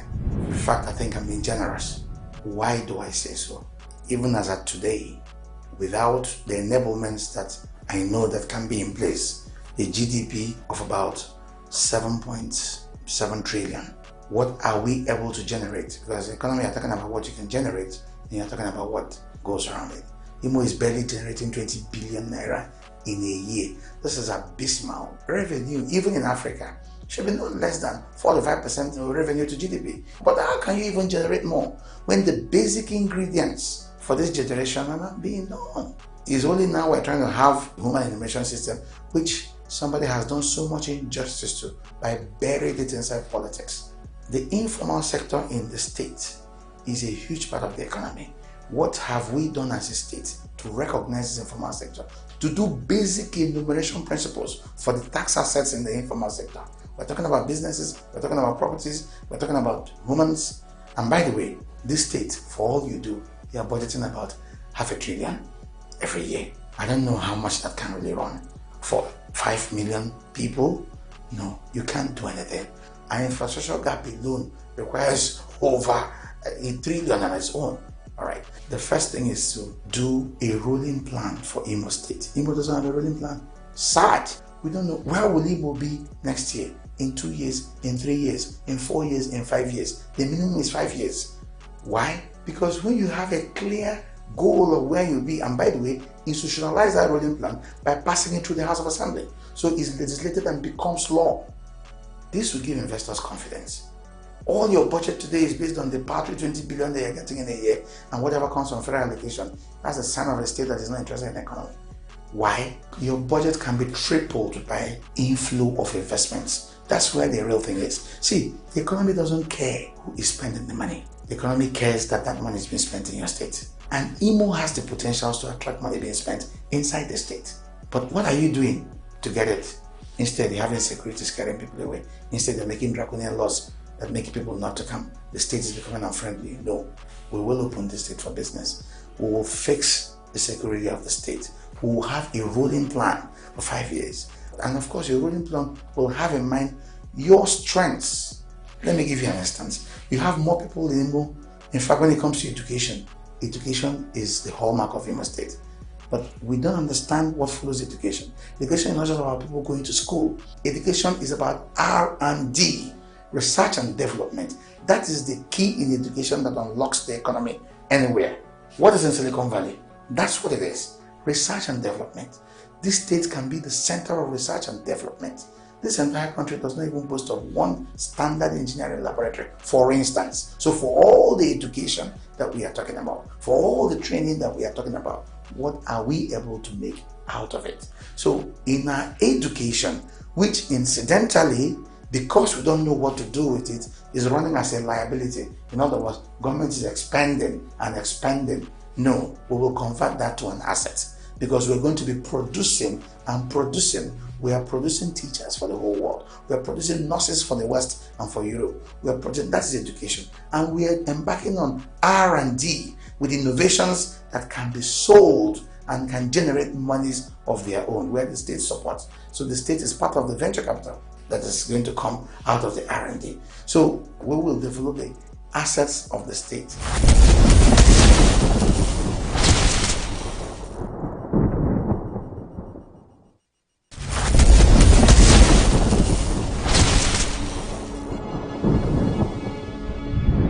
When you talk about the reason for lack of productive industries in this country, the reason for poor industrialization, then people start looking at power. Yes, power is a problem, but it's not the first problem. It's number 3. Security is number 2, but the number 1 problem for industrialization is absence of skilled labor. That is the biggest challenge for industry in this country. And that's a shame for a country unlike Imo State that has 43% unemployment. You have people unemployed, yet you don't have people that can do the work. The quickest answer to this is technical education. In the real sense of technical education, we have what they call technical education, technical schools, running on the old system. What are they doing? Woodwork, that's fine. It has a place. Electricity, also electrical, that's fine. It has its place. They have a mechanical, that's fine. It has its place. But guess what? What are the two biggest things in the world today? Information technology, and what is the biggest economy in Nigeria today? Oil. These two are completely missing in our technical education.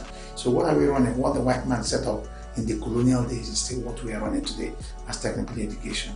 And therefore, every day as you're flying from international airport, you're seeing people of white color, you're seeing Chinese coming in drones into Nigeria to come and take up jobs when our people are dying from unemployment, because we are not equipping our people with the right technical education to take up the skills and do the work. So this government of mine is going to focus on getting the right technical education. Two things. One, to upgrade the technical education we have at the secondary school level, which is where we have, and that's where it ended here, sadly.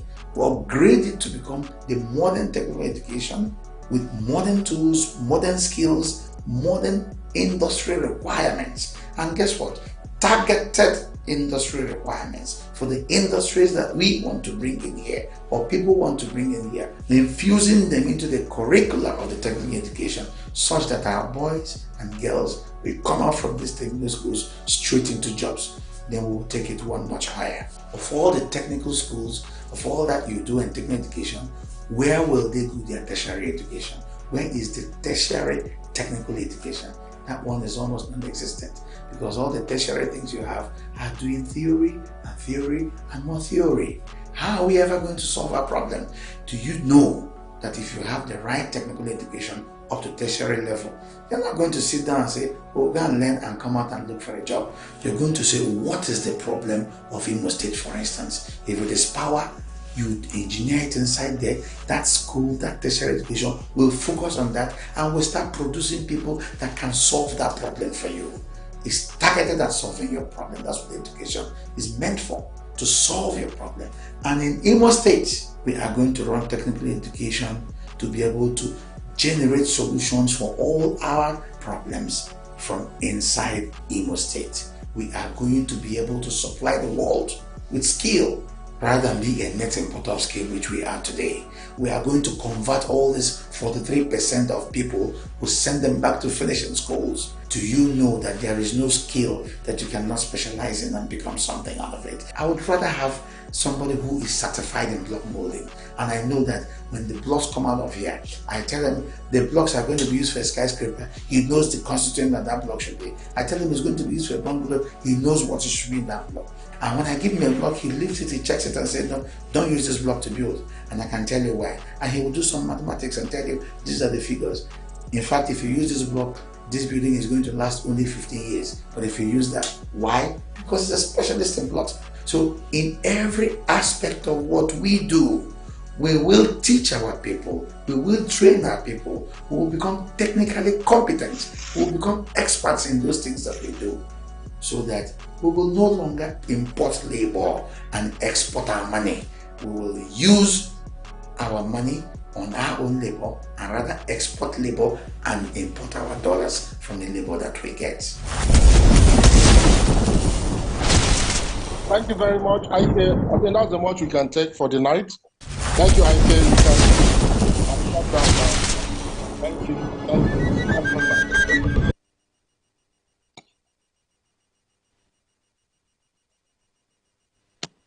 Recording stopped.